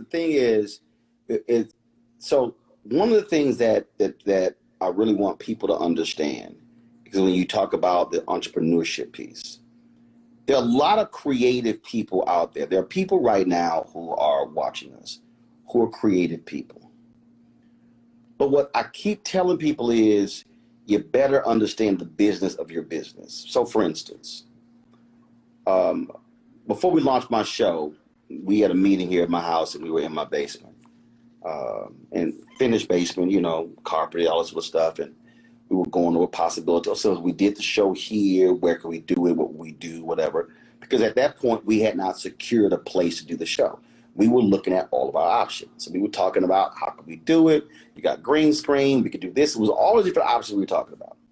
So I start walking through the technical piece. And that was a guy who was a white guy, Alex. Alex goes, you have this entire technical and editorial map in your brain. You know how every piece of equipment works. And I said, yes, I do. I said, and the reason being is because nobody can lie to me. I said, when someone tells me we can't do that, I know we can. Or if they tell me we can do that, but it's going to cost this, my response is, that's bullshit. And so by understanding the technical piece, I was telling Steve earlier, when we were in LA and I was at TV One, we were doing this thing for at the Image Awards, and we were doing a walk and talk, open and close. And I wanted it shot a certain way. And so the guy is shooting, I can tell he is not shooting the way I want him to shoot. So we do 2 takes, he's still screwing it up. I said, give me the damn camera. Gave him the mic. I said, I want you to walk from here to here. I said, now, as you're walking from here to here, operating with me, I want you to watch me what I'm doing. Watch my footwork and watch what I'm doing with the camera. And he was like, shit. But what you're doing. And what he didn't understand was, dude, I know how to shoot. So I have no problem snatching the camera to shoot this interview because I know exactly how I want it. And if you're not doing it, I will show you. But it's bigger than you knowing how to use a camera. There's not a single job on your show that you cannot or have not done, period. Mm-hmm. In the same way, there is no job in one of our schools that I can't do. Not one. There's not one person with whom I work who could say, well, you don't know how to do my job. That's not true. I do. I've done it. And see, that doesn't mean that we don't let folks do their job, but they can't snow us. So when they sit here and say, why don't you, it's like I've had folks in the past go, why don't you stay in your lane? And I said, motherfucker, this is my freeway.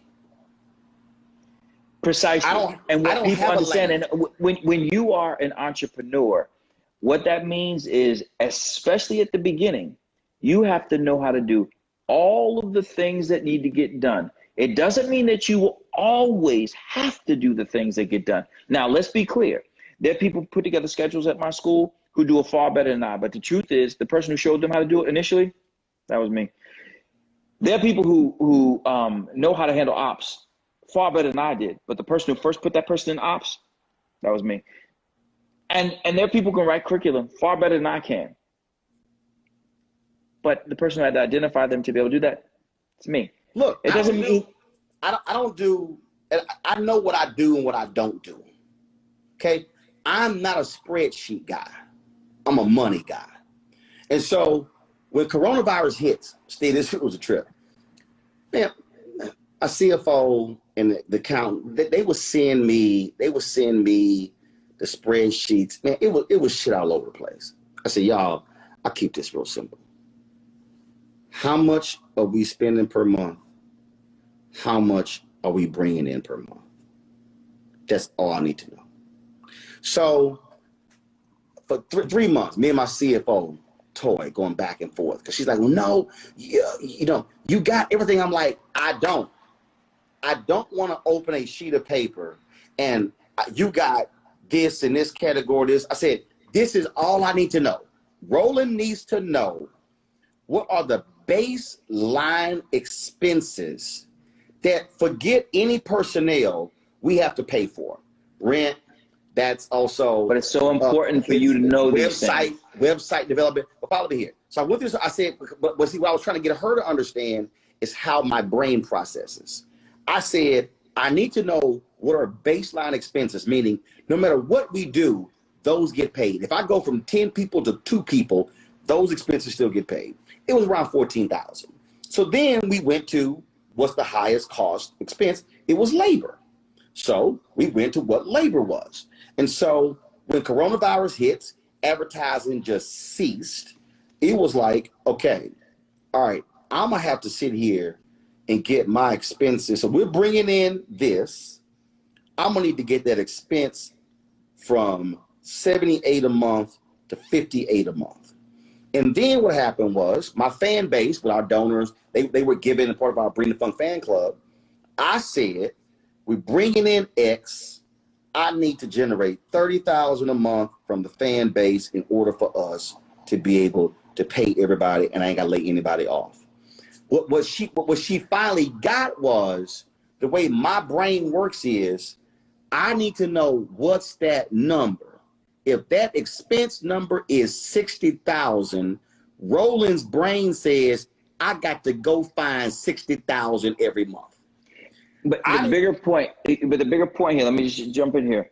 The bigger point is not the finer elements of you understanding the particulars of what you had to do, but knowing which questions to ask. Because as a true entrepreneur, what you have to know how to do is you have to be able to press people who do jobs that you may not know terribly well, but you have to be able to press them in such a way that they can help you get the understanding. Because what a lot of people who are entrepreneurs will not do is ask somebody a question if they're fearful that they don't know, that they don't understand it. Let me tell you something, Doc. I pressed the hell out of people. And see, again, we were going back and forth because she was sending me a financial sheet in their language. And I'm like, you don't understand. I keep this thing real simple. Money in, money out. If you tell me my expenses are 60 and we brought in 65 this month, that's $5,000 profit. I keep it simple. I'm not sitting here I said, I'm not looking at no damn line over here. You're going to give me a sheet of paper that says this. Now, when I went through that expense line, it was like, why are we paying these bank fees? Well, we had somebody who said, well, I want you to deposit my money. Your ass gonna pay that damn bank fee. You want the convenience of a direct deposit. I'm gonna give you a check. Oh, you want direct deposit? You're gonna pay at $25. So again, I'm going through that whole deal. But what people have to understand is that's just like, man, and by having a full handle of all of this, I'm looking at numbers. And so when we talk, here's what happened. On April 2nd, somebody said something is frozen.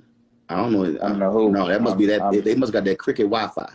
So on April 2nd, my CFO said, yo, coronavirus, advertising's freezing, what we gonna do?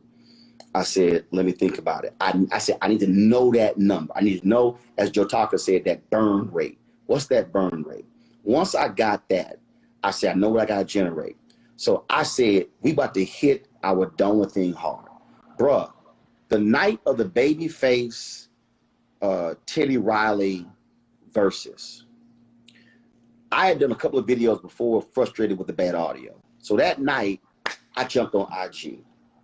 It was 1,500 people to 2,000 on Instagram, and I had another 1,500, 2,000 on Facebook.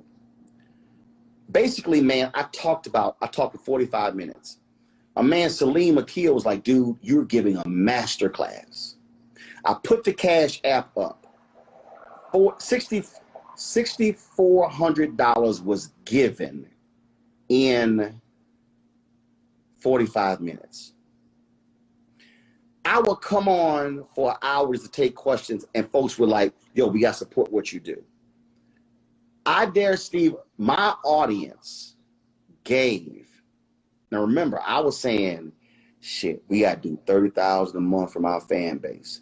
That was April 4th. We're almost 4 months. We're almost May, June, July. So we're almost 4 months. my fan base, and this is why I need people to understand why you have to respect your base. And if you take care of, Tom Jones always said this, if you take care of the community will always take care of you. Yep. My fan base since April 4th has given around $250,000 to our Bring the Funk fan club. That's why when we bought that set built by a black set designer, when we bought that whole new lighting system, fan base drove that. So my deal was to my fans. That's why when that dumbass said black folk listen to Roland, I'm like, that's how you stupid. Because, bruh, I get the check. It's some people, I get 30 checks a week. It's some people who say, I don't trust no Cash App, no PayPal, no Venmo, no credit card. They mail money orders. They mail personal checks. When you are doing your job, your community say, we got you. We got you. And that's why I keep telling people, so we're building this thing, we're building this show, and we're doing, that's how we went from 1 hour to 2 hours. And now so we're building all of these different things. And now, because guess what? We're providing something ain't nobody else providing. There is no news show on OWN. Oprah might do a special. They ain't on every single day. Right. TV One has no news show. BT, no news show. Aspire, no news show. Afro, BT Her, My Clio TV, Bounce, no news show. Black News Channel just launched. Small audience. I don't know anybody who's even really watching on the regular. Revolt just announced their twice a week Black News show. There's nobody who is talking to Black people consistently 5 days a week. And we're live 5 days a week, but we're also streaming our content Saturday and Sunday. So what we did was we basically took my social media networks and turned them into a TV channel to where we are streaming the show multiple times a day. Then when you take these one-on-one interviews, streaming that. Then when you take these speeches I give or others, streaming that. Then when you take these rallies, streaming that. So we now have built this library of content. So that's how, when I did Jane Elliott, she and I did a panel at the University of Michigan 3 years ago. Last year, I told my digital guy, man, go get that interview. We restreamed it, did 250,000 streams that weekend. Last week, he restreamed that see, this is where the library content comes in. Where I keep trying to tell people, you got to think, you got to stop thinking to present day. You got to think 10 years down. That 3-year-old panel that Jane Elliott and I did at the University of Michigan in 2017, we streamed it 6 times last week. On Facebook alone, it generated 1,077,000 views. The success story that you are can be summed up in a few words, and they are: believe in yourself, no matter who does not. Invest in yourself when you are your sole investor. And produce, because the world is filled with about tos. I'm about to start a business. I'm about to go back to school. I'm about to do this.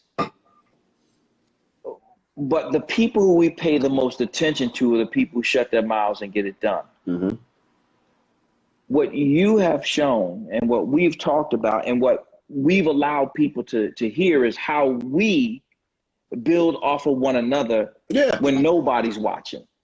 This is how two brothers celebrate each other, typically in silence. Typically the two of us just having this kind of conversations. And not intimidated by what somebody else is doing. When you got that show on Fox, I wasn't sitting there going, Man, what the fuck? How the hell Steve get that show? Shit, they ain't call me. I got more TV experience than him. Yo, why in the fuck they ain't call me? I was like, say, bro, congratulations. What help do you need marketing in? He did. And it's important to know that similarly, there are conversations that I've been in where somebody said, hey, we're thinking of funding an organization that we think will support the community from a communications perspective. Who do you think? And other people threw out other names, and I said, well, time out. Brother Roland has been rocking with us from day one. And so you got to take care of this brother first. He's got to get taken care of first, and then second, and then third. And then if we need to put somebody else on, then we need to put somebody else on. When people understand, and Bishop T.D. Jakes said something to me when we first met. He said, I want you to understand I'm not a jealous man. He said, because I believe in God.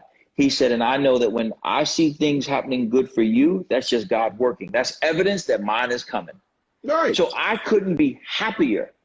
When I hear you read 14 million and 17 million, I'm like, yes, yes, yes. It is that love that makes it possible to support brothers. What idiot would I be to want to see you do badly? What does that do for me? And here's the deal. It's so much out here that I need people to understand this here. I didn't go, damn, Steve got mine. It was like, damn, man, hope that shit hits. Congratulations. It's a test run.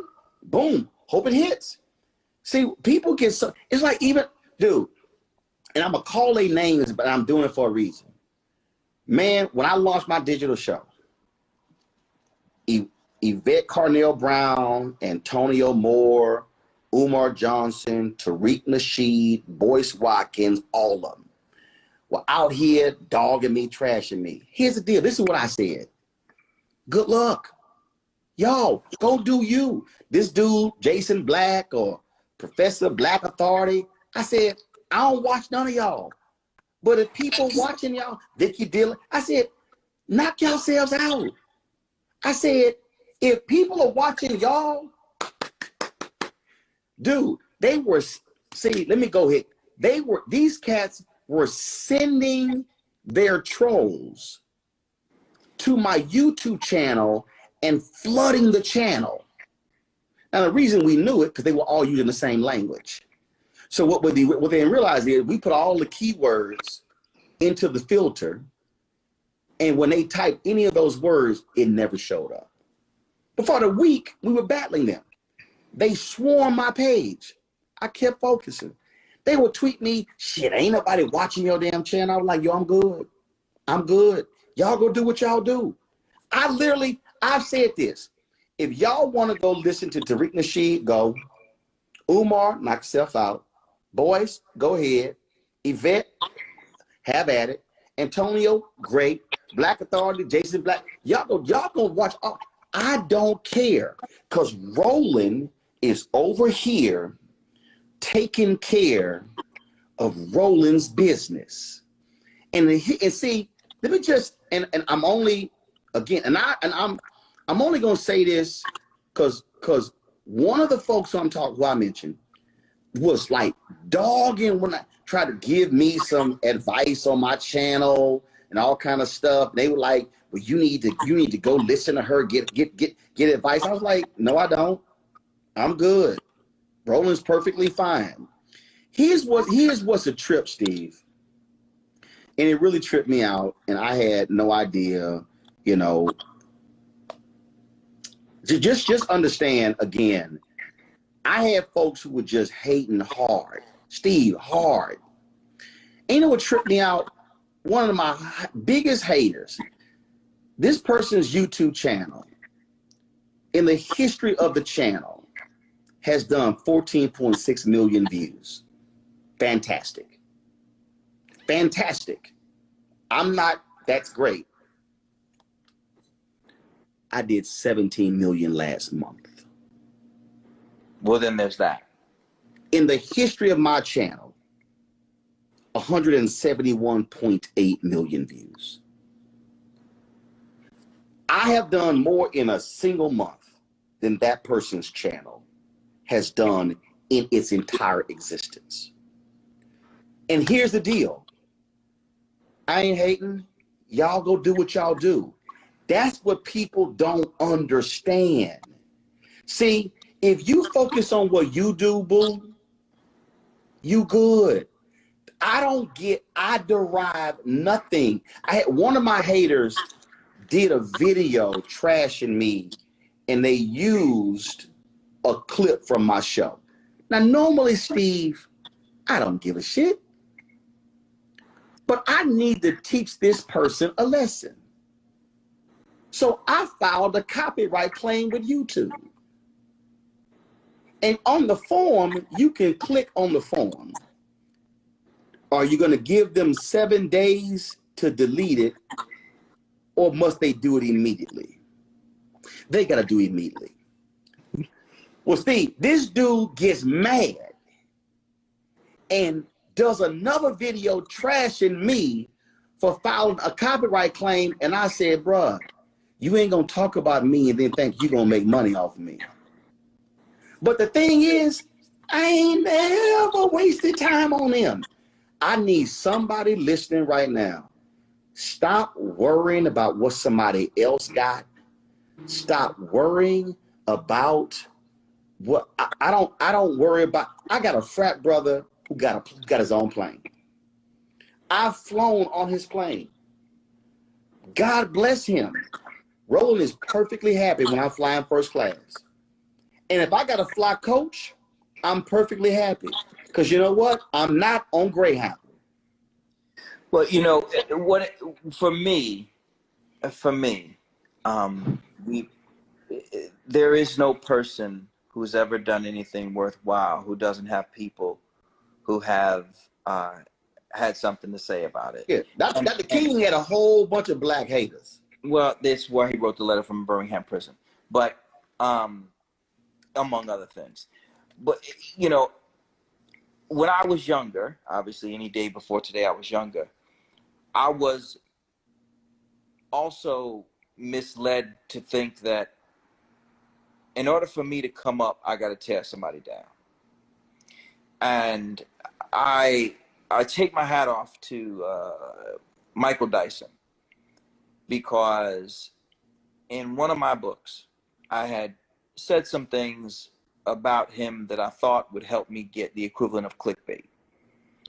It wasn't that I didn't feel the way I felt, but I didn't need to come at him. Right. In order to make my point. And I saw, you know, this is how life is, right? When you're on the road, you end up running into people. And it's real easy to say things when you ain't talking to somebody, like when you talk to them in your head. But when you see them, it changes things. And for me, yeah, the hard part of making a permanent enemy is that I had to act like that I didn't like his work, when a lot of times I would see him and I'm like, damn, brother's good. Like, you know, like I can't give this brother a compliment if I've said it in my mind that he's supposed to be some cat that I don't really like. And so, to his credit, I want you to understand just how my hope is, even with some of these cats you just mentioned, we can get to a place where that it doesn't have to stay this way, because there is enough for every one of us. And I've had people take tweets of mine and write entire papers on it. Oh yeah. One of the people that you just I know. mentioned, I know. Took the liberty to do a special on me, despite the fact that he and I have actually done work together and he knows better. But I'm not going. I'm gonna say this. Dyson said to me after we spoke and you know, I apologized to him as soon as I saw him. I said, brother, you know, a much younger and less thoughtful person than I am today, I wrote what I wrote about you, and I don't hate you, and I never did. I was trying to develop a principled argument about something that you were saying, and I don't think I executed it the way I should have. And to his credit, he said, no, no problem. Let me take it one step further. When my oldest son was applying to college, one of the schools is a school that he's working at. He said, I will write your son a recommendation. There doesn't need to be this beef. There's enough people trying to hurt black people for us not to also try to hurt each other. We talk about black on black violence, but when I see people, and you've seen it as well, when it appeared on your show, coming for me, people who I don't even know, coming for me and the work that I do. Part of me, well, a big part of me has a whole bunch of really negative reactions because you grow up a certain way and you just think when somebody says something slick like that, there's just supposed to be a couple of reactions that's supposed to garner. But the more time I spend in a negative space, the more they win. There you go. What I am proud of is there are so many brothers that I have had the opportunity to come across who, like you, Roland, when I go to visit some of the folks that people know who are famous or wealthy or whatever, both or neither, I'm the friend who you call when you say, yo, guess what? I just got some new lights. I'm like, word? That's dope. Right.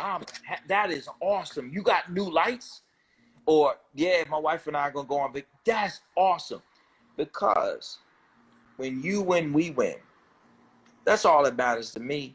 Right. And it's just, and see, when I say, when I literally say, yo, I'm not thinking about these people. Y'all need to understand, I'm not lying. Y'all need to understand, I have, my wife will tell you this here. When you're an A personality, I took one of them damn tests. Yeah. And I forgot what the hell, the total thing. But basically, in the test that I took, one of the readings was a person with this who's an A. And it was like A was up here and the next one was like way down here. They said wherever they sit, that's their office.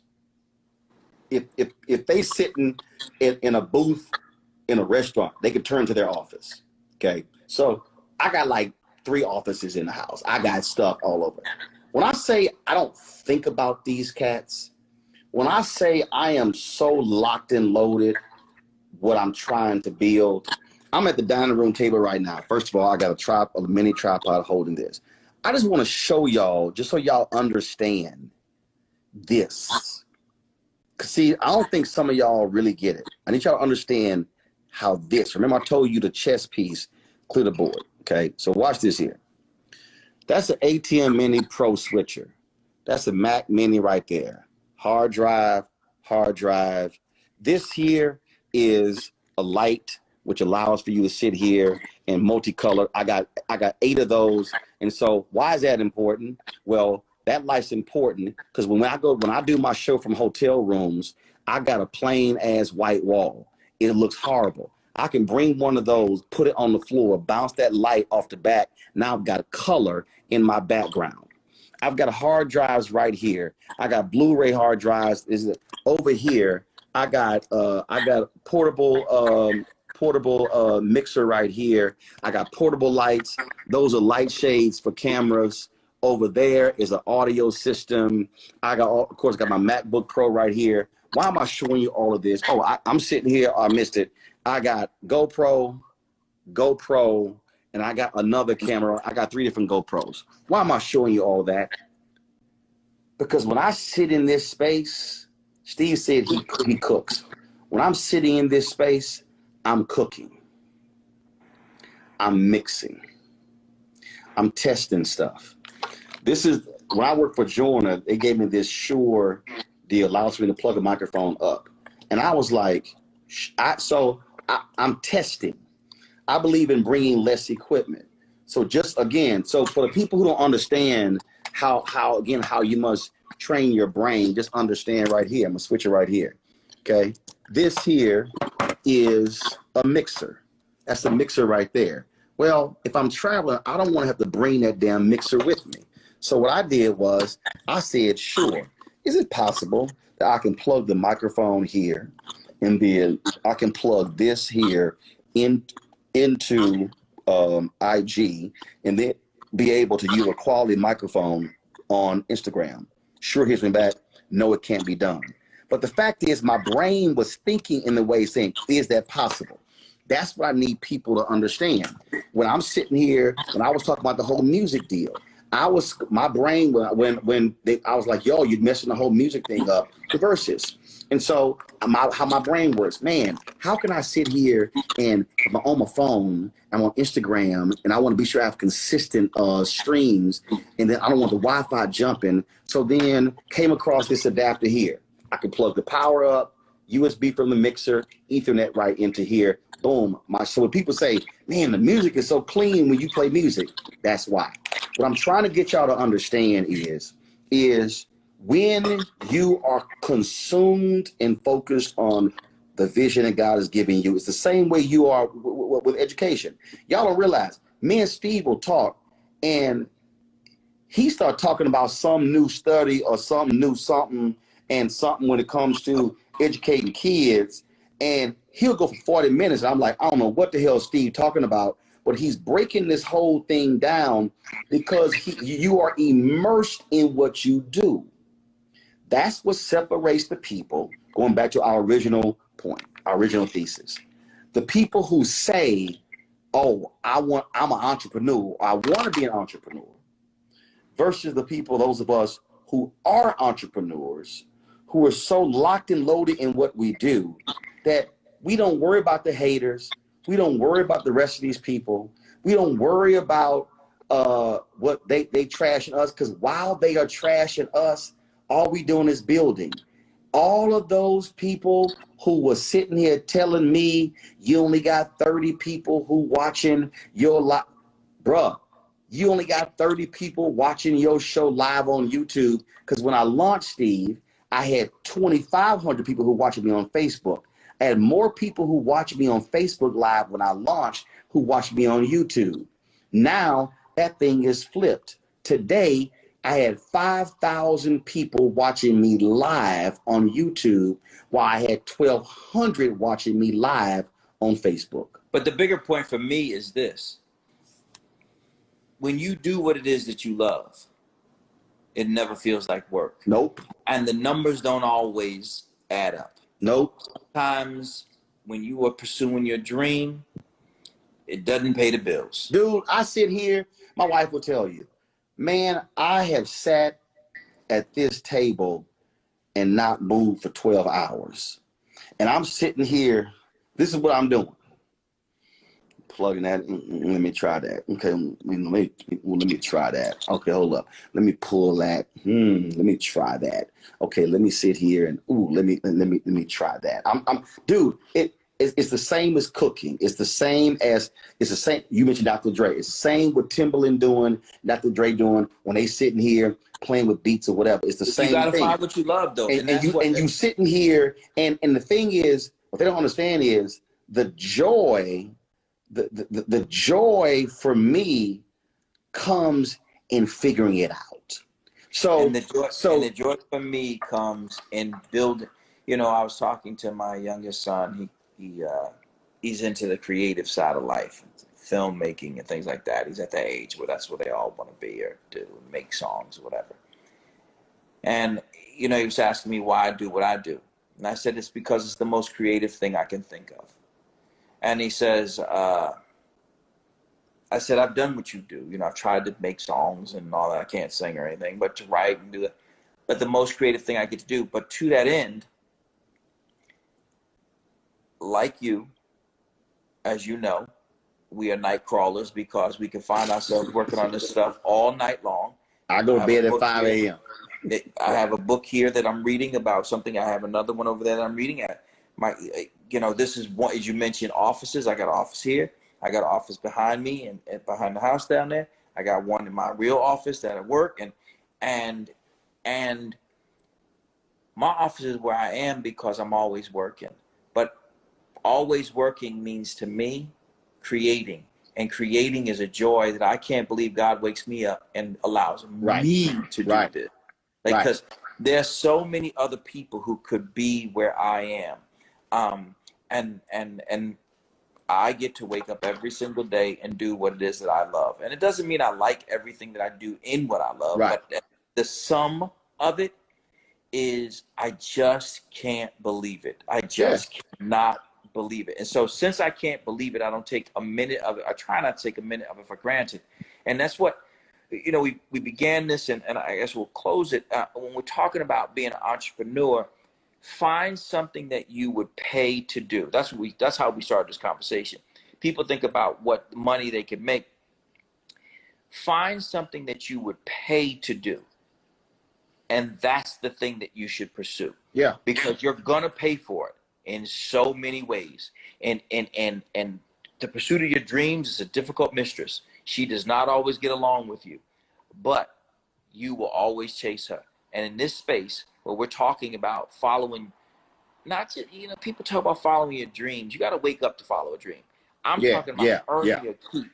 I'm talking about. For me, I don't say follow your dreams. I say follow your vision.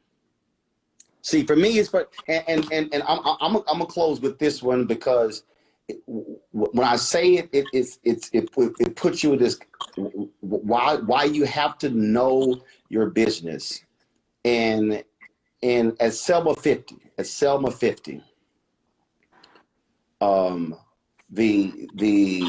we were flying back Sunday. We live on Monday. So the photographer, they were shooting Panasonic P2 cameras. And so they transfer all the data to me on a hard drive.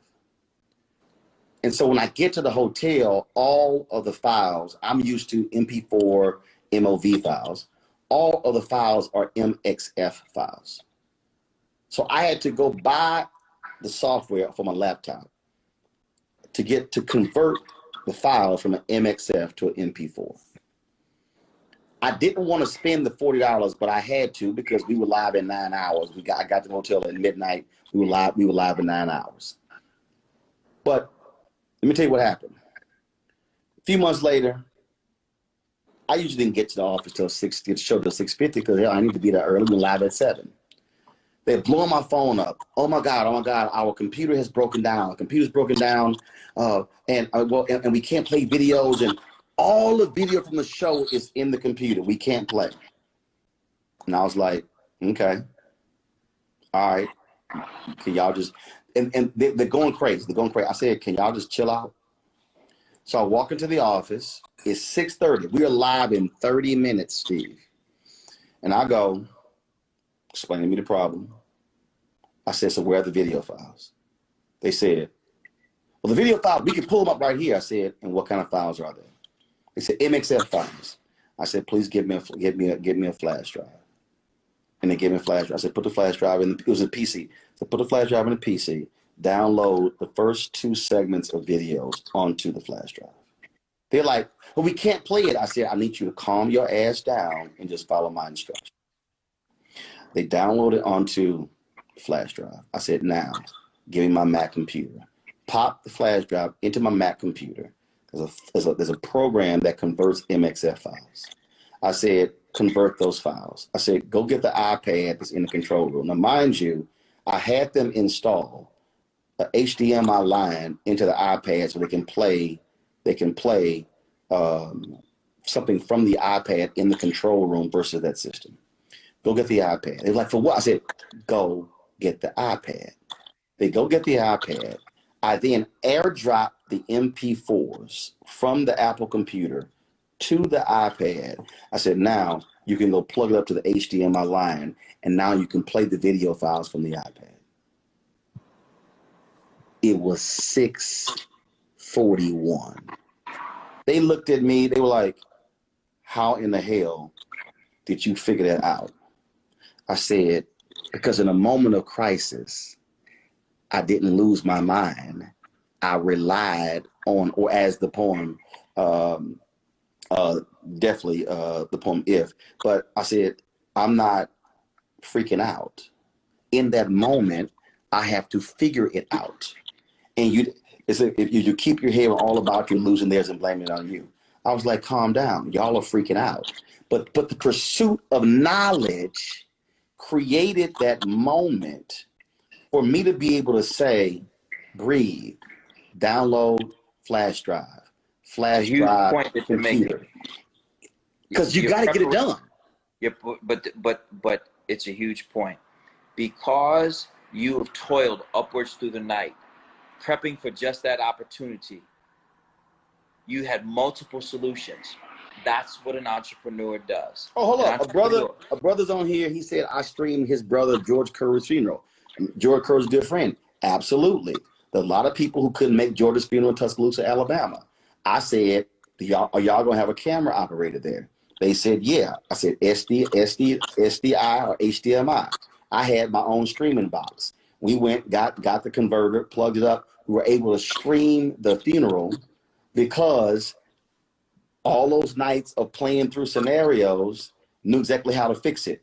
That is, and to the point we started off with, when you are an entrepreneur, when everybody is losing their mind, your ass got to figure it out. There's in your Always. situation, if they come to you and say, Steve, we got a $400,000 shortfall, everybody in the room gonna look at you like, how are you gonna get us out of this hole? And let's just stay there. I can close with this. So we're in the middle of COVID. I've seen a couple people ask what we're gonna do. We're in the middle of COVID. Our goal as a school is to educate children safely. So we will do that.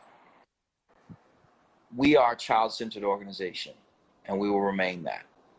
Which means that whether we do a hybrid model, where some kids come in on some days and some kids come on the other, we're going to have synchronized instruction that's going to be live.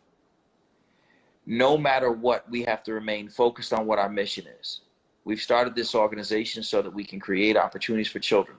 The day that we lose our focus will be the day that we start worrying about adults and their comfort. So what we will do is we will open a little later than we were going to. We were going to open typically on August 10th because we really have a longer school year. We're going to open in Connecticut on August 31st. We're going to open in New York on September 9th. And in New York, we're going to go with a full online because the city is not open yet. And in Connecticut, we're going to go with a hybrid model. But in both cases, what we're going to do is we're going to push the hell out of this technology. We're going to create what we believe is a superior model, because that's what entrepreneurs do. Entrepreneurs do not get caught up in the limitations of the circumstances. What they do is they look at their circumstances and find the opportunities for survival, and then to exceed expectations. If you owned Sears, you'd be out of business right now. Yep. But if you owned Walmart, you'd still be in business. If you own Amazon, you have a lot of business still to grow. So we have to become Amazon in education. Yep. So if you're asking me what we're going to do, we're going to remain entrepreneurial. We're going to remain focused on our mission, which means that we're going to create an academic experience that's going to feel better than what we had before, regardless of circumstances. And this whole thing started, y'all, because Steve sent me a text saying, have you thought about building a network? And I said, way ahead of you, Steve. He did. So, folks, this is what we do. We'll be doing this again real soon, clearly, because there's still so much for us to share. Yep. But my hope is that, Roland, that one, they see that two brothers can love each other and want each other to be successful, period.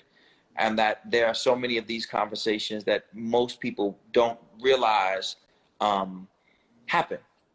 They wonder when they see some of us how we really feel, and you know, when our wives and us, when we're out in essence, and you sneaking us into parties because you get into parties and I don't, we just go, and understanding that when we celebrate each other, it's a party. And I reached out to Brother Roland today and I asked him, had he ever thought of taking his show and turning it into a network? And he said, way ahead of you. I know that our job is to find friends who make us run faster, further. If you are the strongest swimmer on your swim team, you are on a weak swim team. Get on a better swim team. And the same is true for your friends. If your friends are not making you think, dang, let me get back in the lab. Not I want what he has, but I want to be as good. I want for the time next time he comes back that I inspire him and we inspire one another. Yeah. So my hope is that while we have the conversation about do you really want to be an entrepreneur, that you understand that Black people, white people, and all, we can build. We can build together. You ain't got to tear each other down. It really doesn't do anything for you. Yeah. I've been on both sides of the tear down, and ain't nothing cool about it. Yep. All right, player. All right, party people. Y'all take care. Great conversation, my brother. All right. Tell the wife what's up. You got it. She's sleeping in the next room. All right, peace. It's time to be smart. When we control our institutions, we win. This is the most important news show on television of any racial background. Y'all put $2, $3, $4, $5, $10, $15, $20, $30 on this and keep this going. What you've done, Roland, since this crisis came out in full bloom. Anybody watching this, tell your friends. Go back and look at the last 2 weeks, especially of Roland Martin Unfiltered. I mean, hell, go back and look at the last 2 days. You've had sitting United States senators today, Klobuchar and Harris. Whatever you have that you can bring to Roland Martin Unfiltered to support it, please do, because this information may literally save your life. Watch Roland Martin Unfiltered daily at 6 p.m. Eastern on YouTube, Facebook, or Periscope, or go to RolandMartinUnfiltered.com. Support the Roland Martin Unfiltered Daily Digital Show by going to RolandMartinUnfiltered.com. Our goal is to get 20,000 of our fans contributing $50 each for the whole year. You can make this possible. Roland Martin Unfiltered.